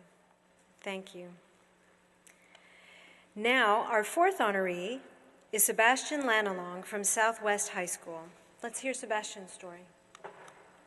My name is Sebastian Lanalong and I go to Southwest High School. My story began in Mexico when I was born. I lived there for about 12 years, and in that time, when I was 6, my father passed away from a very uncommon disease. When we turned 12, my mother decided to move to the United States because there wasn't a good environment in Mexico to raise 2 teenagers by a widowed woman. Even though I really enjoyed Mexico, I wouldn't have had as many opportunities to have a successful future as I've had in the United States. I've never heard him say, I quit, I'm not gonna do it. College has always been my top priority since I was a little kid. And I know I need to do good in school and stay in school to go to college. His mom wanted him to go to college, and that's always been in the back of his mind. But he said that was really his goal, and so his mom supported him. Throughout my whole life, she's done as much as she could for me to be successful, and even when she was very ill, she always made sure that we had what we needed to be successful. At the end of my sophomore year, my mother was diagnosed with pancreatic cancer. I was working already a job, but I had to get another one because I knew that there was going to be no income at my house since she was forced to quit her job. Nobody knew what was going on because he came in, did his work, smiled, laughed, I'm great, interacted with people, he didn't act out. When his mom was having the health problems, it was hard for me to tell just based on his performance because he kept up with his responsibilities. His mom actually emailed me.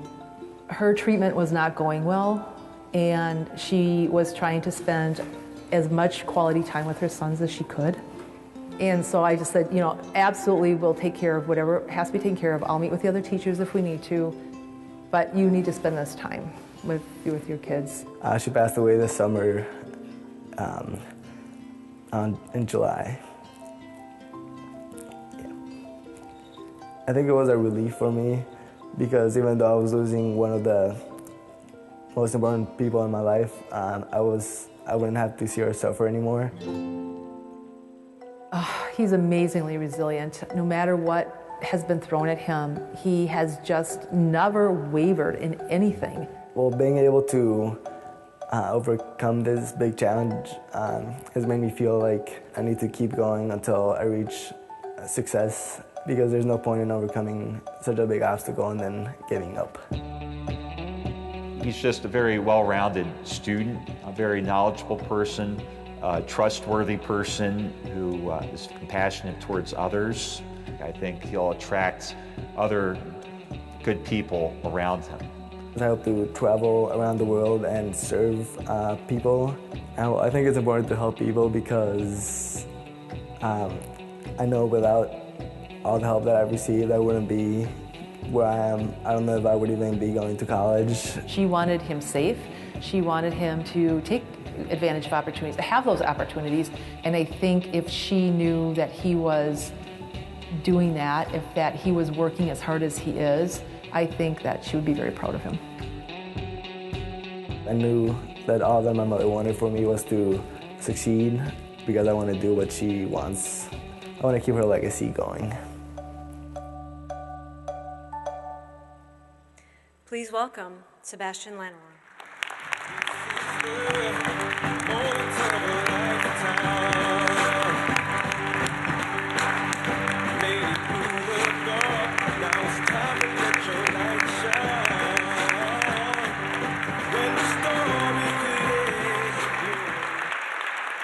Sebastian, on behalf of Children's Defense Fund Minnesota and the sponsors of tonight's event, I am pleased to present you with the 2016 Beat the Odds Award and a $5,000 scholarship. Congratulations. Thank you. This is you in the box. That's you. Good evening. I am honored to be here tonight receiving this award. I would like to thank my cousins, Sue and Miles, Ms. Schonecker, Dr. Smith, and Ms. Overhue for helping me beat the odds by being there for me while I overcame these big challenges in my life, and by introducing me to a lot of resources that helped me get closer to achieving my goal of graduating from college. I would like to say thank you to the host committee and our event sponsors and supporters, including Children's Hospital and Clinic of Minnesota. I would also like to thank all the guests here tonight and, of course, Children's Defense Fund Minnesota. When facing challenges in my life, I had friends and family I could count on for support. There were programs that helped me along the way, too. Medical assistance was one that made the biggest difference in my life because I know that without it, it would have been much more difficult for my brother and me to go to the doctor and to stay healthy. Growing up, however, I have tried not to focus on the obstacles my life and I faced. When talking to other kids that are facing difficulties, I let them know that what helped me the most while facing my challenges was to think of the future because the past cannot be changed and the future will become the past soon. The future I envision for myself is full of possibility. I will attend the University of Minnesota Duluth and learn a degree in business, which I will use to make my own business or to lead a business which helps people that are in need around the world. My biggest dream, however, isn't for myself. My biggest dream is to see my brother Paul succeed. He is someone who has always been there for me, and we have both gone through the same challenges in life. My future and the future of all the honorees being recognized tonight is bright. I want a brother to know that his is too. Thank you for this incredible honor and for your support. You're making a difference in the lives of youth like me. Good night.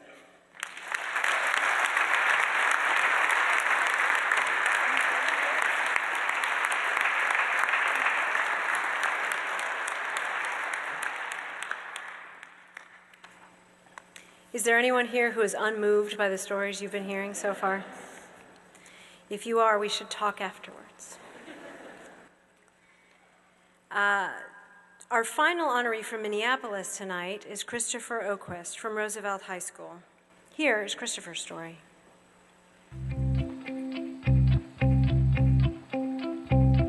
My name is Christopher Andrew Oquist, and I go to Roosevelt High School. Chris is an example of someone who has overcome a lot.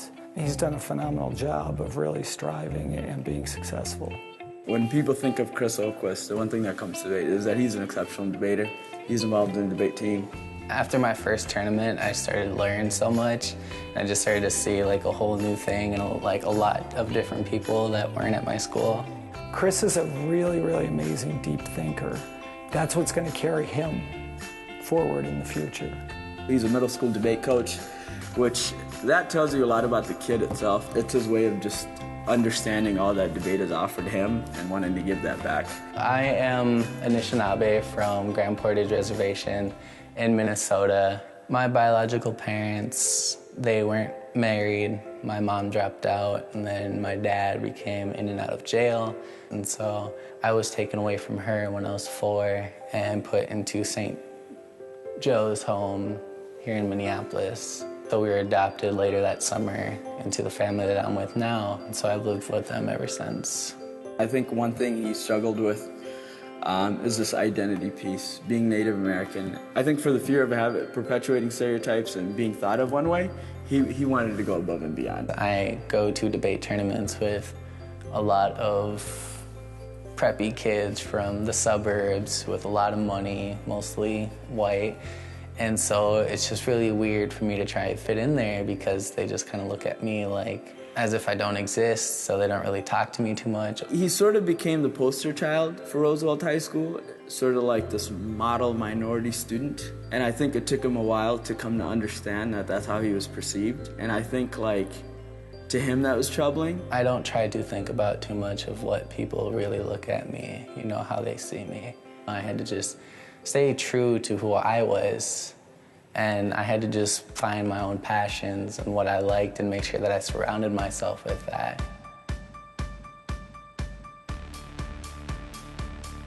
Where do I envision Chris going as he moves on to college? I think he's going to a place that's built for him. Chris's kids is going to say, wow, this is what I've been waiting for. This is what could have been.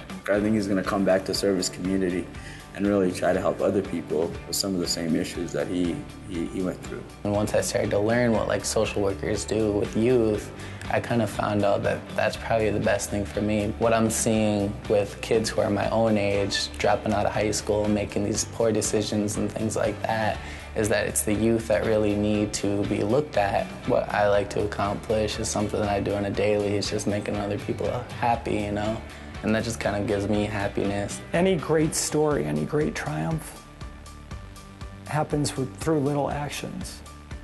And Chris has really connected those little actions and really deserves to be where he is right now.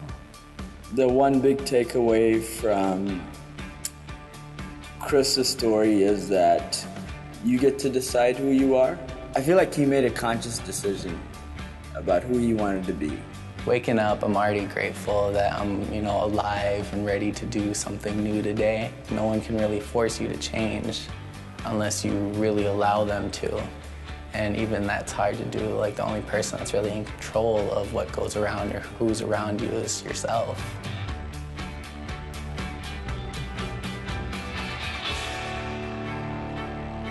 I can attest, high school debate can take you far. Ladies and gentlemen, Chris Oquist.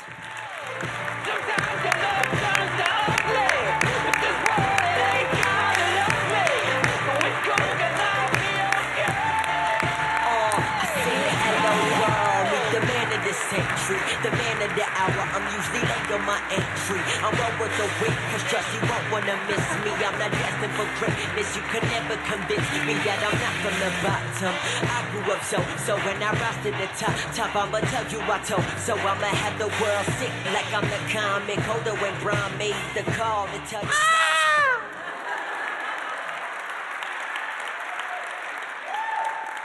On behalf of Children's Defense Fund Minnesota and the sponsors of tonight's event, Christopher, I am pleased to present you with the 2016 Beat the Odds Award and a $5,000 scholarship. Congratulations.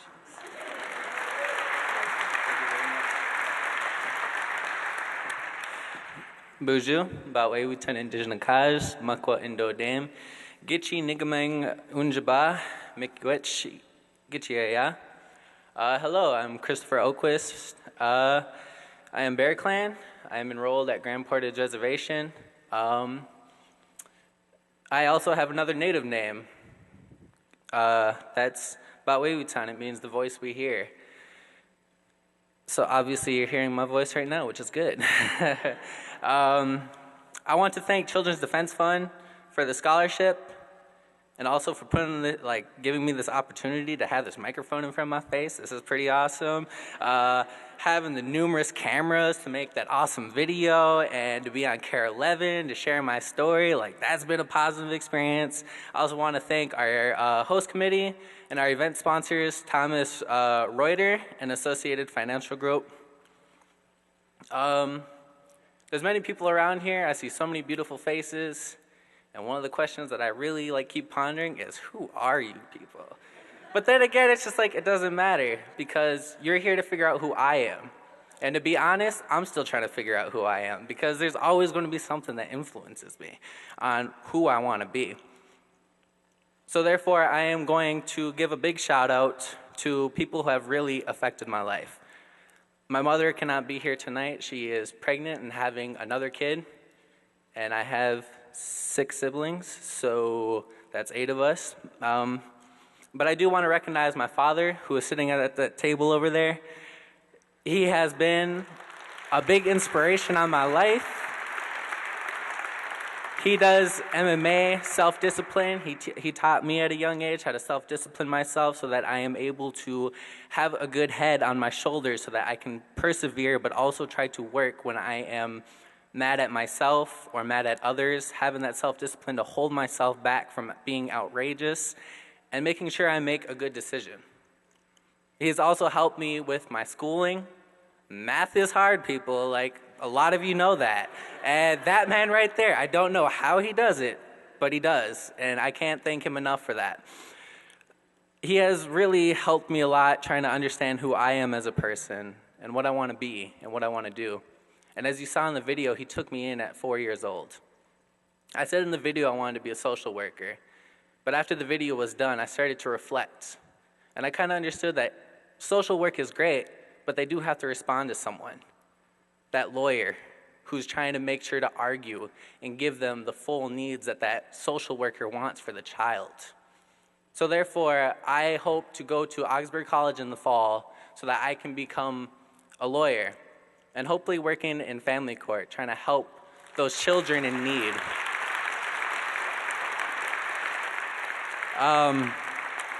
My nominator was not able to make it tonight, sadly. But Michael Bradley and Tiffany Enriquez, they have been really great. I know that it's their job to try and help me succeed, but it's that passion in their hearts that's very noticeable. And even though they aren't here, if we could give them a round of applause in spirit, that'd be awesome.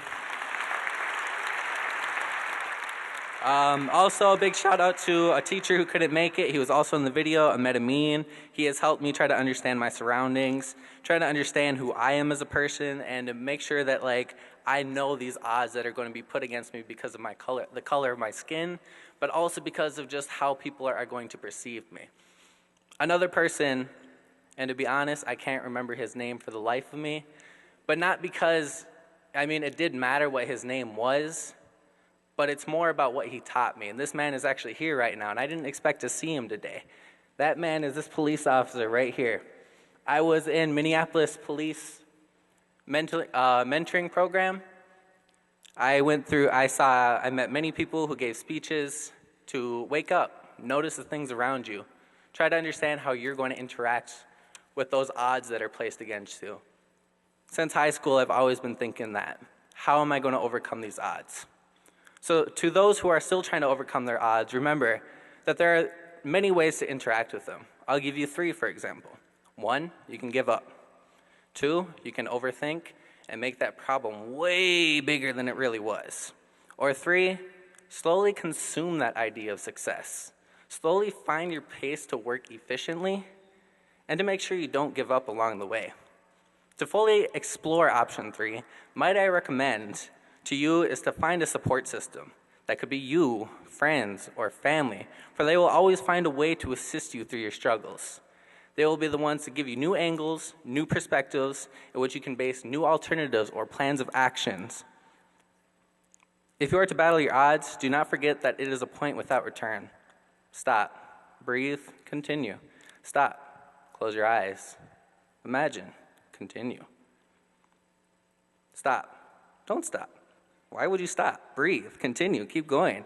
To find that motivation is what allows your success. Before you know it, the odds that were placed against you will seem like old wounds, which slowly healed into a beautiful scar in which you are very entitled to express and talk about.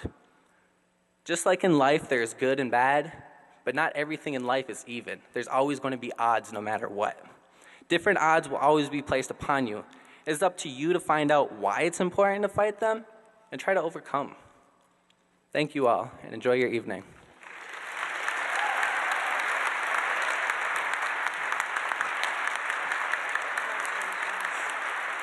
Congratulations to all the winners from Minneapolis.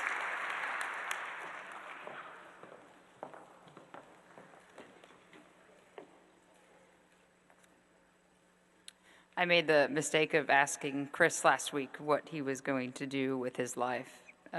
I think it was 3 answers ago, just 5 days ago. That's about, and I hope to look back at him someday when he is maybe he takes Mayor Hodges' job, or maybe he takes the governor's job. But I think, after law school, there's a house at 1600 Pennsylvania that's calling Chris's name. Lastly, I'd like to introduce St. Paul City Council. Before I do that, sorry. We've talked a lot about Pat Fallon and the Fallon Agency, but the videos that you see of each of these students are done by the creatives at Fallon, and can we just give them a round of applause for the beautiful work they've done?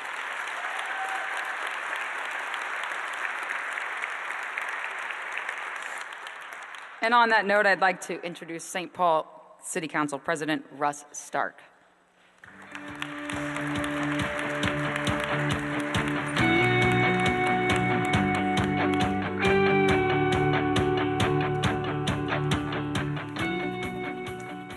Good evening, everyone. It is truly an honor to just be a really small part of this event tonight. I've been sitting here at a table with Governor Dayton and Marian Wright Edelman thinking, I really want to tell someone that I'm sitting here at this great event with Governor Dayton and Marian Wright Edelman, but I don't want to look down at my phone and be disrespectful. So I didn't, it's been quite an honor. All of us can take a lesson from the stories that we've heard from these amazing young people tonight, whether it's finding strength and motivation in adversity, or the other thing that I heard in all of the stories, honestly, was something they had in common, which is either an adult or more than one adult who believed in these kids and made that huge difference in their lives, which to me begs the question, what are the rest of us in the room going to do after we leave tonight to make sure that we are connecting with one of the kids who will be here next year or 5 years from now or 10 years from now, and not just one kid, but to support all the young people in our community. I look forward to figuring out the answer to that question for myself. I'm proud to say that St. Paul is home to 2016 Beat the Odds honoree Mila Wynn of the Great River School.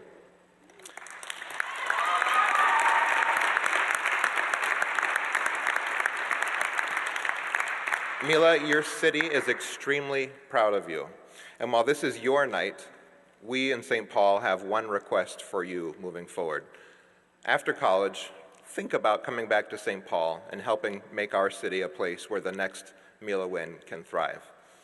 Mila is the recipient of the first ever Pat Fallon Memorial Scholarship. I'd like to ask Fred Sen, co-founder of Fallon Worldwide, to join me and present the award to Mila.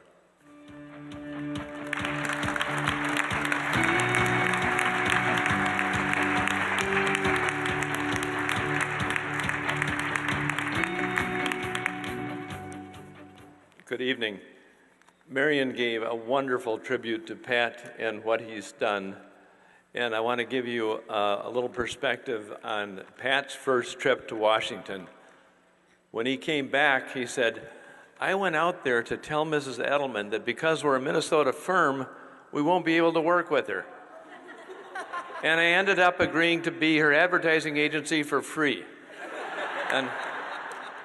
And that was in 1986. And as Peggy mentioned, once she gets a hold of us, we stay in the family. In 1992, Marian came to talk to the agency, and somebody raised their hand and said, besides the communications, is there something else we could help you with? And Marion said, why don't you start a Beat the Odds event here in Minneapolis and St. Paul? And so we got it started, and this 24 years later, and we think about 300 young people who have gone through the program and gone on to become citizens and to come up here and talk to all of you. It's very, very gratifying. So tonight is a very, very special night for all of us at Fallon because you've graciously decided that there will be a Pat Fallon Memorial Scholarship. And the very first winner is Mila Wynn. And we're so... You're the first, kiddo. And if Pat Fallon were here, he would say, we expect you to work hard, but we expect you to have a lot of fun along the way. So please come up here and, well, first we'll look at your video and then we'll come up here. My name is Mila Wynn. I go to Great River School. People will seek her out, and so that's like across grades. I think people feel really comfortable with her, and so they're supportive with her when she's struggling, and then they'll also go to her when they've got things they'd like to work with. She is so amazing. She's a role model, but just because she's kept that kind of innocence and joy about life. My parents, they had me as teenagers, so I kind of had to grow up by myself. My dad wasn't really in my life too much. So I grew up in North Minneapolis around a lot of violence and abuse. She struggled with depression, and she's been, she was surrounded by a lot of poverty and a lot of violence and a lot of drug activity. 8th grade, I was being homeschooled, just staying at home most of the time, taking care of my brother while my mom was working, and my brother's dad was, in the room getting high. My mom, she was in an abusive relationship, physically, emotionally, mentally. I saw all of that. And it was a little confusing for me. I left it alone for a long time. But then she would say, you need to protect me. And I didn't know what to do. I was a kid. But then at the end of 9th grade, that's when I really, that's it. You're not gonna keep going through this. It's almost 10 years that you've been getting abused. She finally was like, okay, I'm gonna leave. And she went to the shelter, and yeah.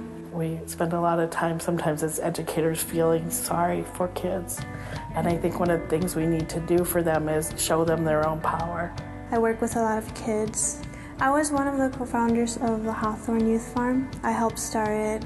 Youth Farm was started as a nonprofit to give people accessibility to healthy organic food. She ran all the children's activities, so all the younger kids. She wrote that curriculum around nutrition and led that. I want to be somebody that a child can look up to and somebody they could go to if they needed help. If their parents aren't there for them, then they have me. She's an absolutely genuine student. She never has conflicts with any of her peers. People know that they can go to her. I don't want people to feel alone. I would want to work with a lot of kids and people who are going through abuse, just to help them. She's imaginative and creative, and that clearly comes across in her art, but also just her critical thinking skills. I'm planning to be a graphic designer. But she is a really talented artist, really talented singer. Very musically inclined. She's always open and kind to people. During those times, all the struggles that I've gone through, just reminding myself that there is a future. And if you have a story to tell, it's going to change people's lives. These are how amazing people are made. You're made through struggle, and she chose to use that struggle for good things. So I'll say I'm blessed.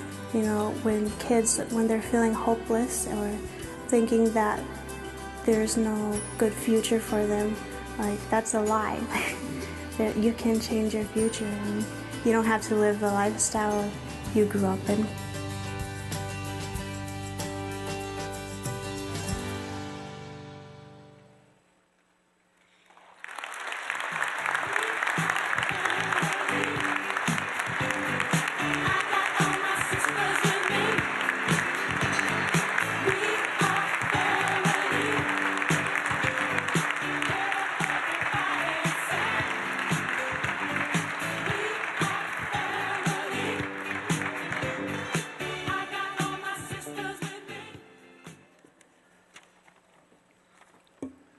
So Mila, on behalf of the Children's Defense Fund of Minnesota and the sponsors of tonight's event, we're pleased to present you with the 2016 Beat the Odds Award and $5,000 scholarship.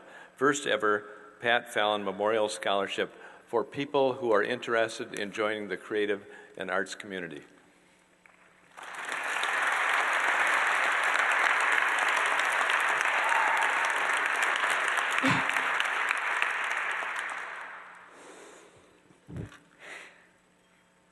Excuse me.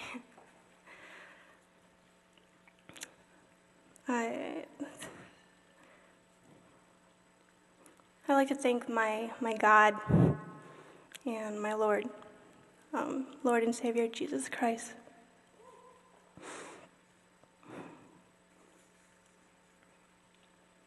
God's plan is awesome, and He is with us all.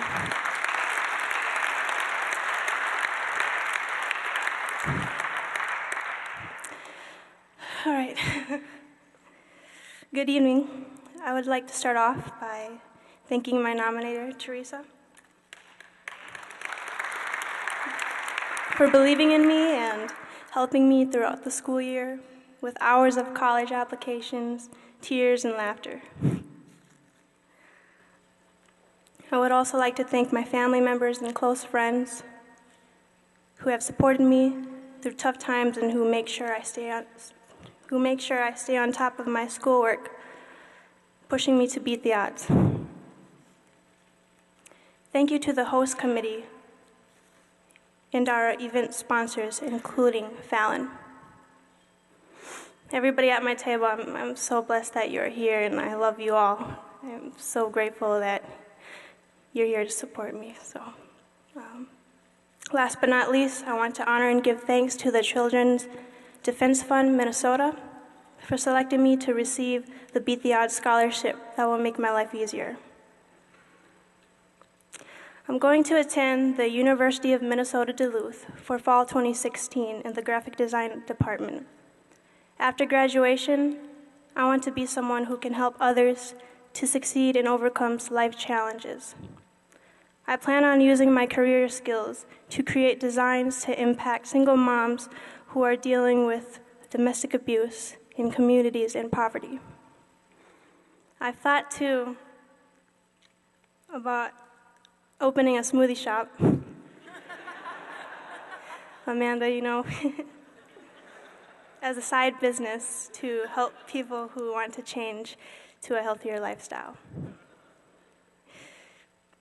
In the Bible, there's a verse that really resonates with me, and it says, "The things that we suffer now are nothing compared to the glory and the joy that will be revealed to us later." To me, this means that if we just hold on and believe that our future will be better than our past, it will happen. If there are kids out there who are facing challenging obstacles in life, I encourage you, if you haven't already, to be brave in everything that you do and have faith, because you will soon be able to paint your own canvas, creating what you want to do and who you want to become. If I could, I would take away all the pain and trauma that has happened in our life. But I know the pain and trauma are part of our story. I know too that I am blessed to be able to share my story with others who need to hear how it is possible to overcome anything if you choose the right path. Thank you, and God bless you.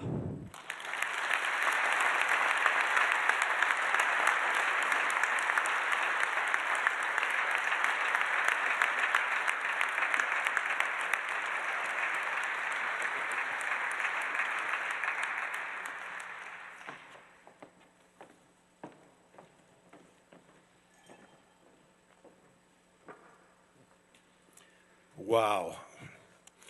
As one Southern gentleman said, if that doesn't light your fire, your wood is wet.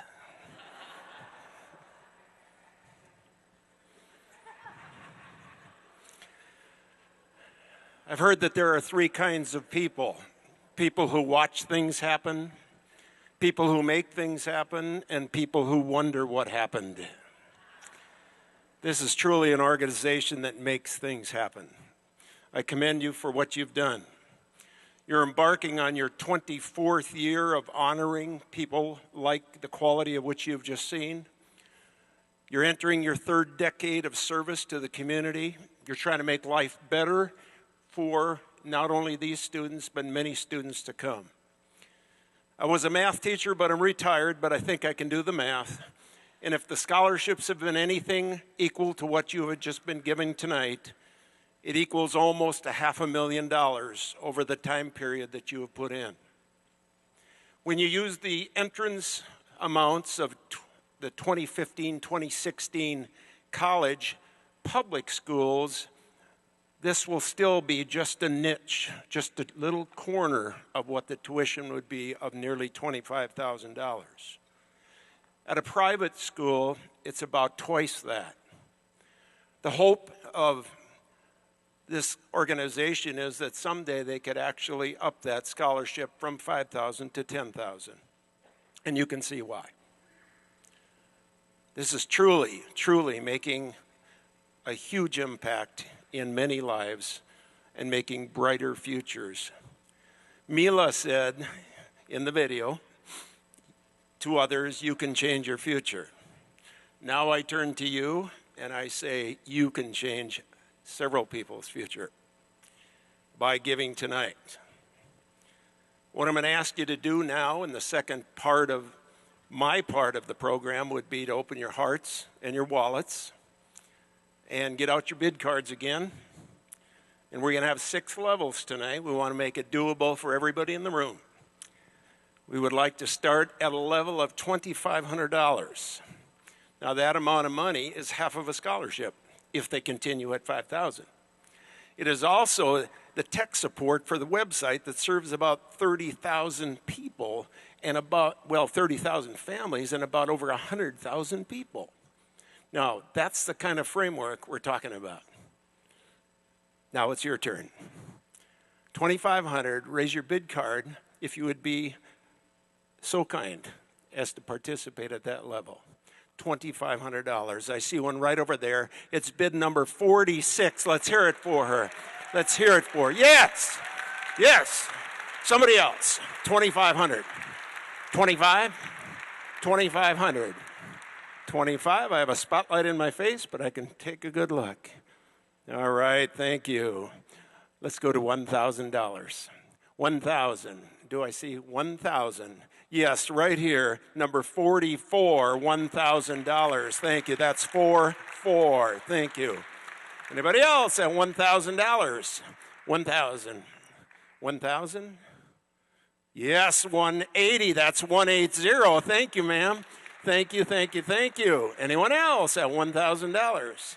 1,000. 1,000. All right, third level. $500. It's getting more doable all along, isn't it? $500. Start where? Start where? Right back there, I see $285. Is that correct? $285 for $500, and $62 for $500. That's $6.2, and $63 for $500. That's a $6.3. And who else at $500? 500. 500? Yes, 167 upside down, but it all means the same. Thank you, sir. 167. Thank you very, very much for 500. That's a couple thousand right there. All right, anybody else? Yes, 151. All she needed is a little bit of encouragement and a little nudge. 151. Thank you. $250. $250 right over here. Now the hands are going to go up.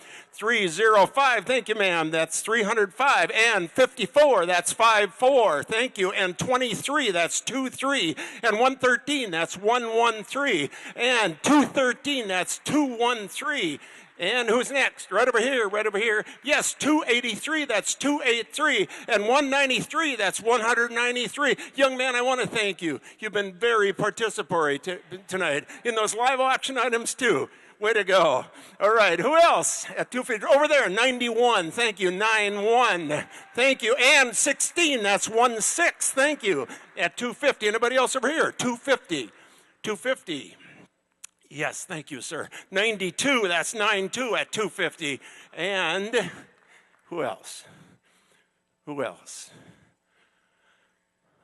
I see 35. Thank you for the whistle. 35. Thank you so much, so much. 35. And over there, you don't have a number, but we know who you are. There's the mayor. Let's thank her right over there. Put her down. All right. Thank you. Thank you. Thank you. Wow. Wow.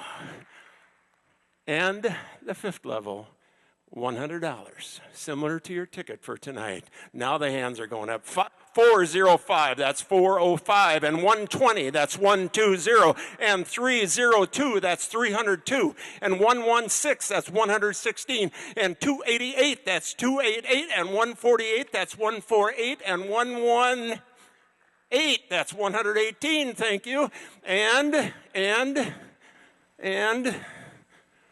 anyone else? All right, $50. Now, before you do this, I want to tell you, if your heart said tonight that I wanted to come and give $1,500, there's going to be a place for you to do that and a way for you to do it. And if you came tonight thinking, I got an extra 20 or a 5, there's going to be a place for that too. But the last level is $50. Can you do it? $50 where? 50. $50? Yes, right over there. I think it says 187, 187. Thank you. And 39, that's 39. And 157, that's 157. And 29, that's 29. And 260, let's hear it for them. All right, 263, that's 263.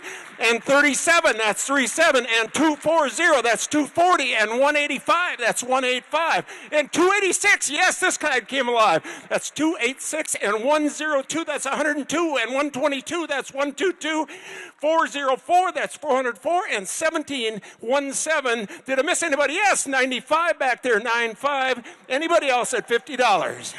Anybody? Yes, 232. Thank you, ma'am. 232. Anybody else? Yes, right over here. 98. 98. Beautiful. And 114, that's 114. Anybody else? Don't want to miss you. Wow. Wow. There are 3 ways that you can do this tonight. First of all, there's an envelope on your table. If you don't find the amount that you pledged tonight, would you please just fill it in? You can pay by credit card, and somebody will pick them up from the table, make sure they're like placed maybe right on top of the centerpiece, unless, of course, it's on fire. Don't let that happen. All right. Secondly, you can put it on your bid pal. Just press Make Donation, pick your amount. If it's other than what you pledged, punch Other, fill it in. Those of you who already have silent auction items, you can take care of that separate, or you can do it by stopping at the clerk with a check or cash. Folks, thank you. It has been a pleasure. You are a giving, and I'll say it again, you're the kind that makes things happen. Congratulations to the recipients. Blessings to you. It's been an honor. Hello. I'm Sarah Barrow. I'm one of the co-chairs tonight. Thank you so much for all you just did. Amazing. Shout out to the winners tonight. You guys inspire all of us. That was amazing. Thank you. And I'd like to do a special shout out to Miss Peggy Flanagan. You inspire all of us every day. You're my girl. So my job tonight is to announce the winner of the R.F. Moeller Mystery Box. It's a $250 gift certificate. So yay, buy some cool baubles. Susan and Wayne Walther. You here? Yes, yes, thank you. Yay, come up. All right. They don't want to come up, so thank you. I will hand deliver your gift certificate, and thank you, everyone. Thank you, R.F. Moeller, and thank you to everyone who bid on all your silent auction items and everything you've done tonight. Thank you.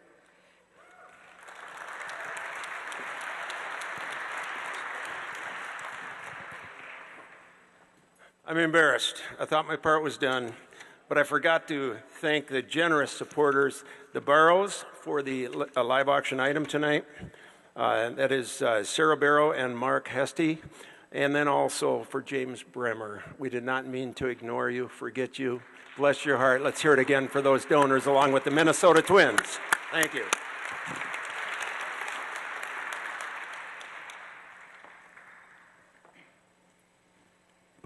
Okay. Well, this is the part where we bid farewell. I want to thank you for having me back this year. It's truly an honor to be a part of this group. One thing really struck me when I was listening to all of our recipients give their speeches, and in their videos they mentioned this as well. All 6 of them said, in one way or another, in their career endeavors, they want to help people. They want to be of service. That's what our Beat the Odds recipients said to us tonight. And I think we should really sit with that for a minute and think about how we can be of help to them, and how we can be of service to them, and how we can be of service to all of the kids in our community, this beautiful community that we call home, and how we can help each other succeed. So I want to thank all 6 of you for reminding me of my work tonight and what I need to do. Thank you to all of you who donated for being here tonight, for supporting the Children's Defense Fund of Minnesota. I want to congratulate all of our honorees. Thank you for sharing your stories. Please know that we will all be cheering you on from the sidelines as you begin your careers. I would also like to give a shout out and recognize Governor Dayton for being here, Mayor Betsy Hodges, St. Paul City Council President Russ Stark, Fred Sen, the nominators, and other scholarship recipients for making this evening what it was. Let's give a round of applause for all of them.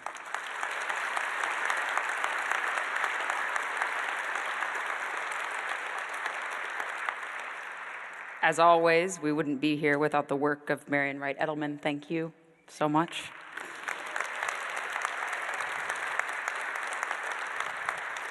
A great big shout out to our event sponsors. You've heard about them tonight, whose generous contributions not only inspire us, but make these scholarships possible.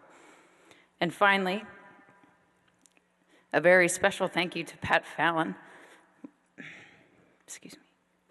without whom so much of CDF's advocacy work over the past 30 years would not have been possible, and certainly would not have looked so good. I want to thank his family, his friends, and the whole team at Fallon for joining us and honoring that beautiful legacy. I had the incredible opportunity to meet with Pat last fall to talk about what my goals were for the future, and we wound up talking about the Children's Defense Fund the entire time. He truly, truly loved this organization, and we were lucky to have him. One final reminder to all of our silent auction bidders, you will be notified shortly by text if you haven't already, if you won your item. You may pay for this by phone or check out where items may be picked up just outside of the room. And with that, we will say goodbye to the Beat the Odds Gala for 2016. I want to thank all of you for coming and supporting CDF Minnesota. I hope to be back next year. I hope to see all of you next year. Good night, everyone. Good luck to each of our award winners. Thank you.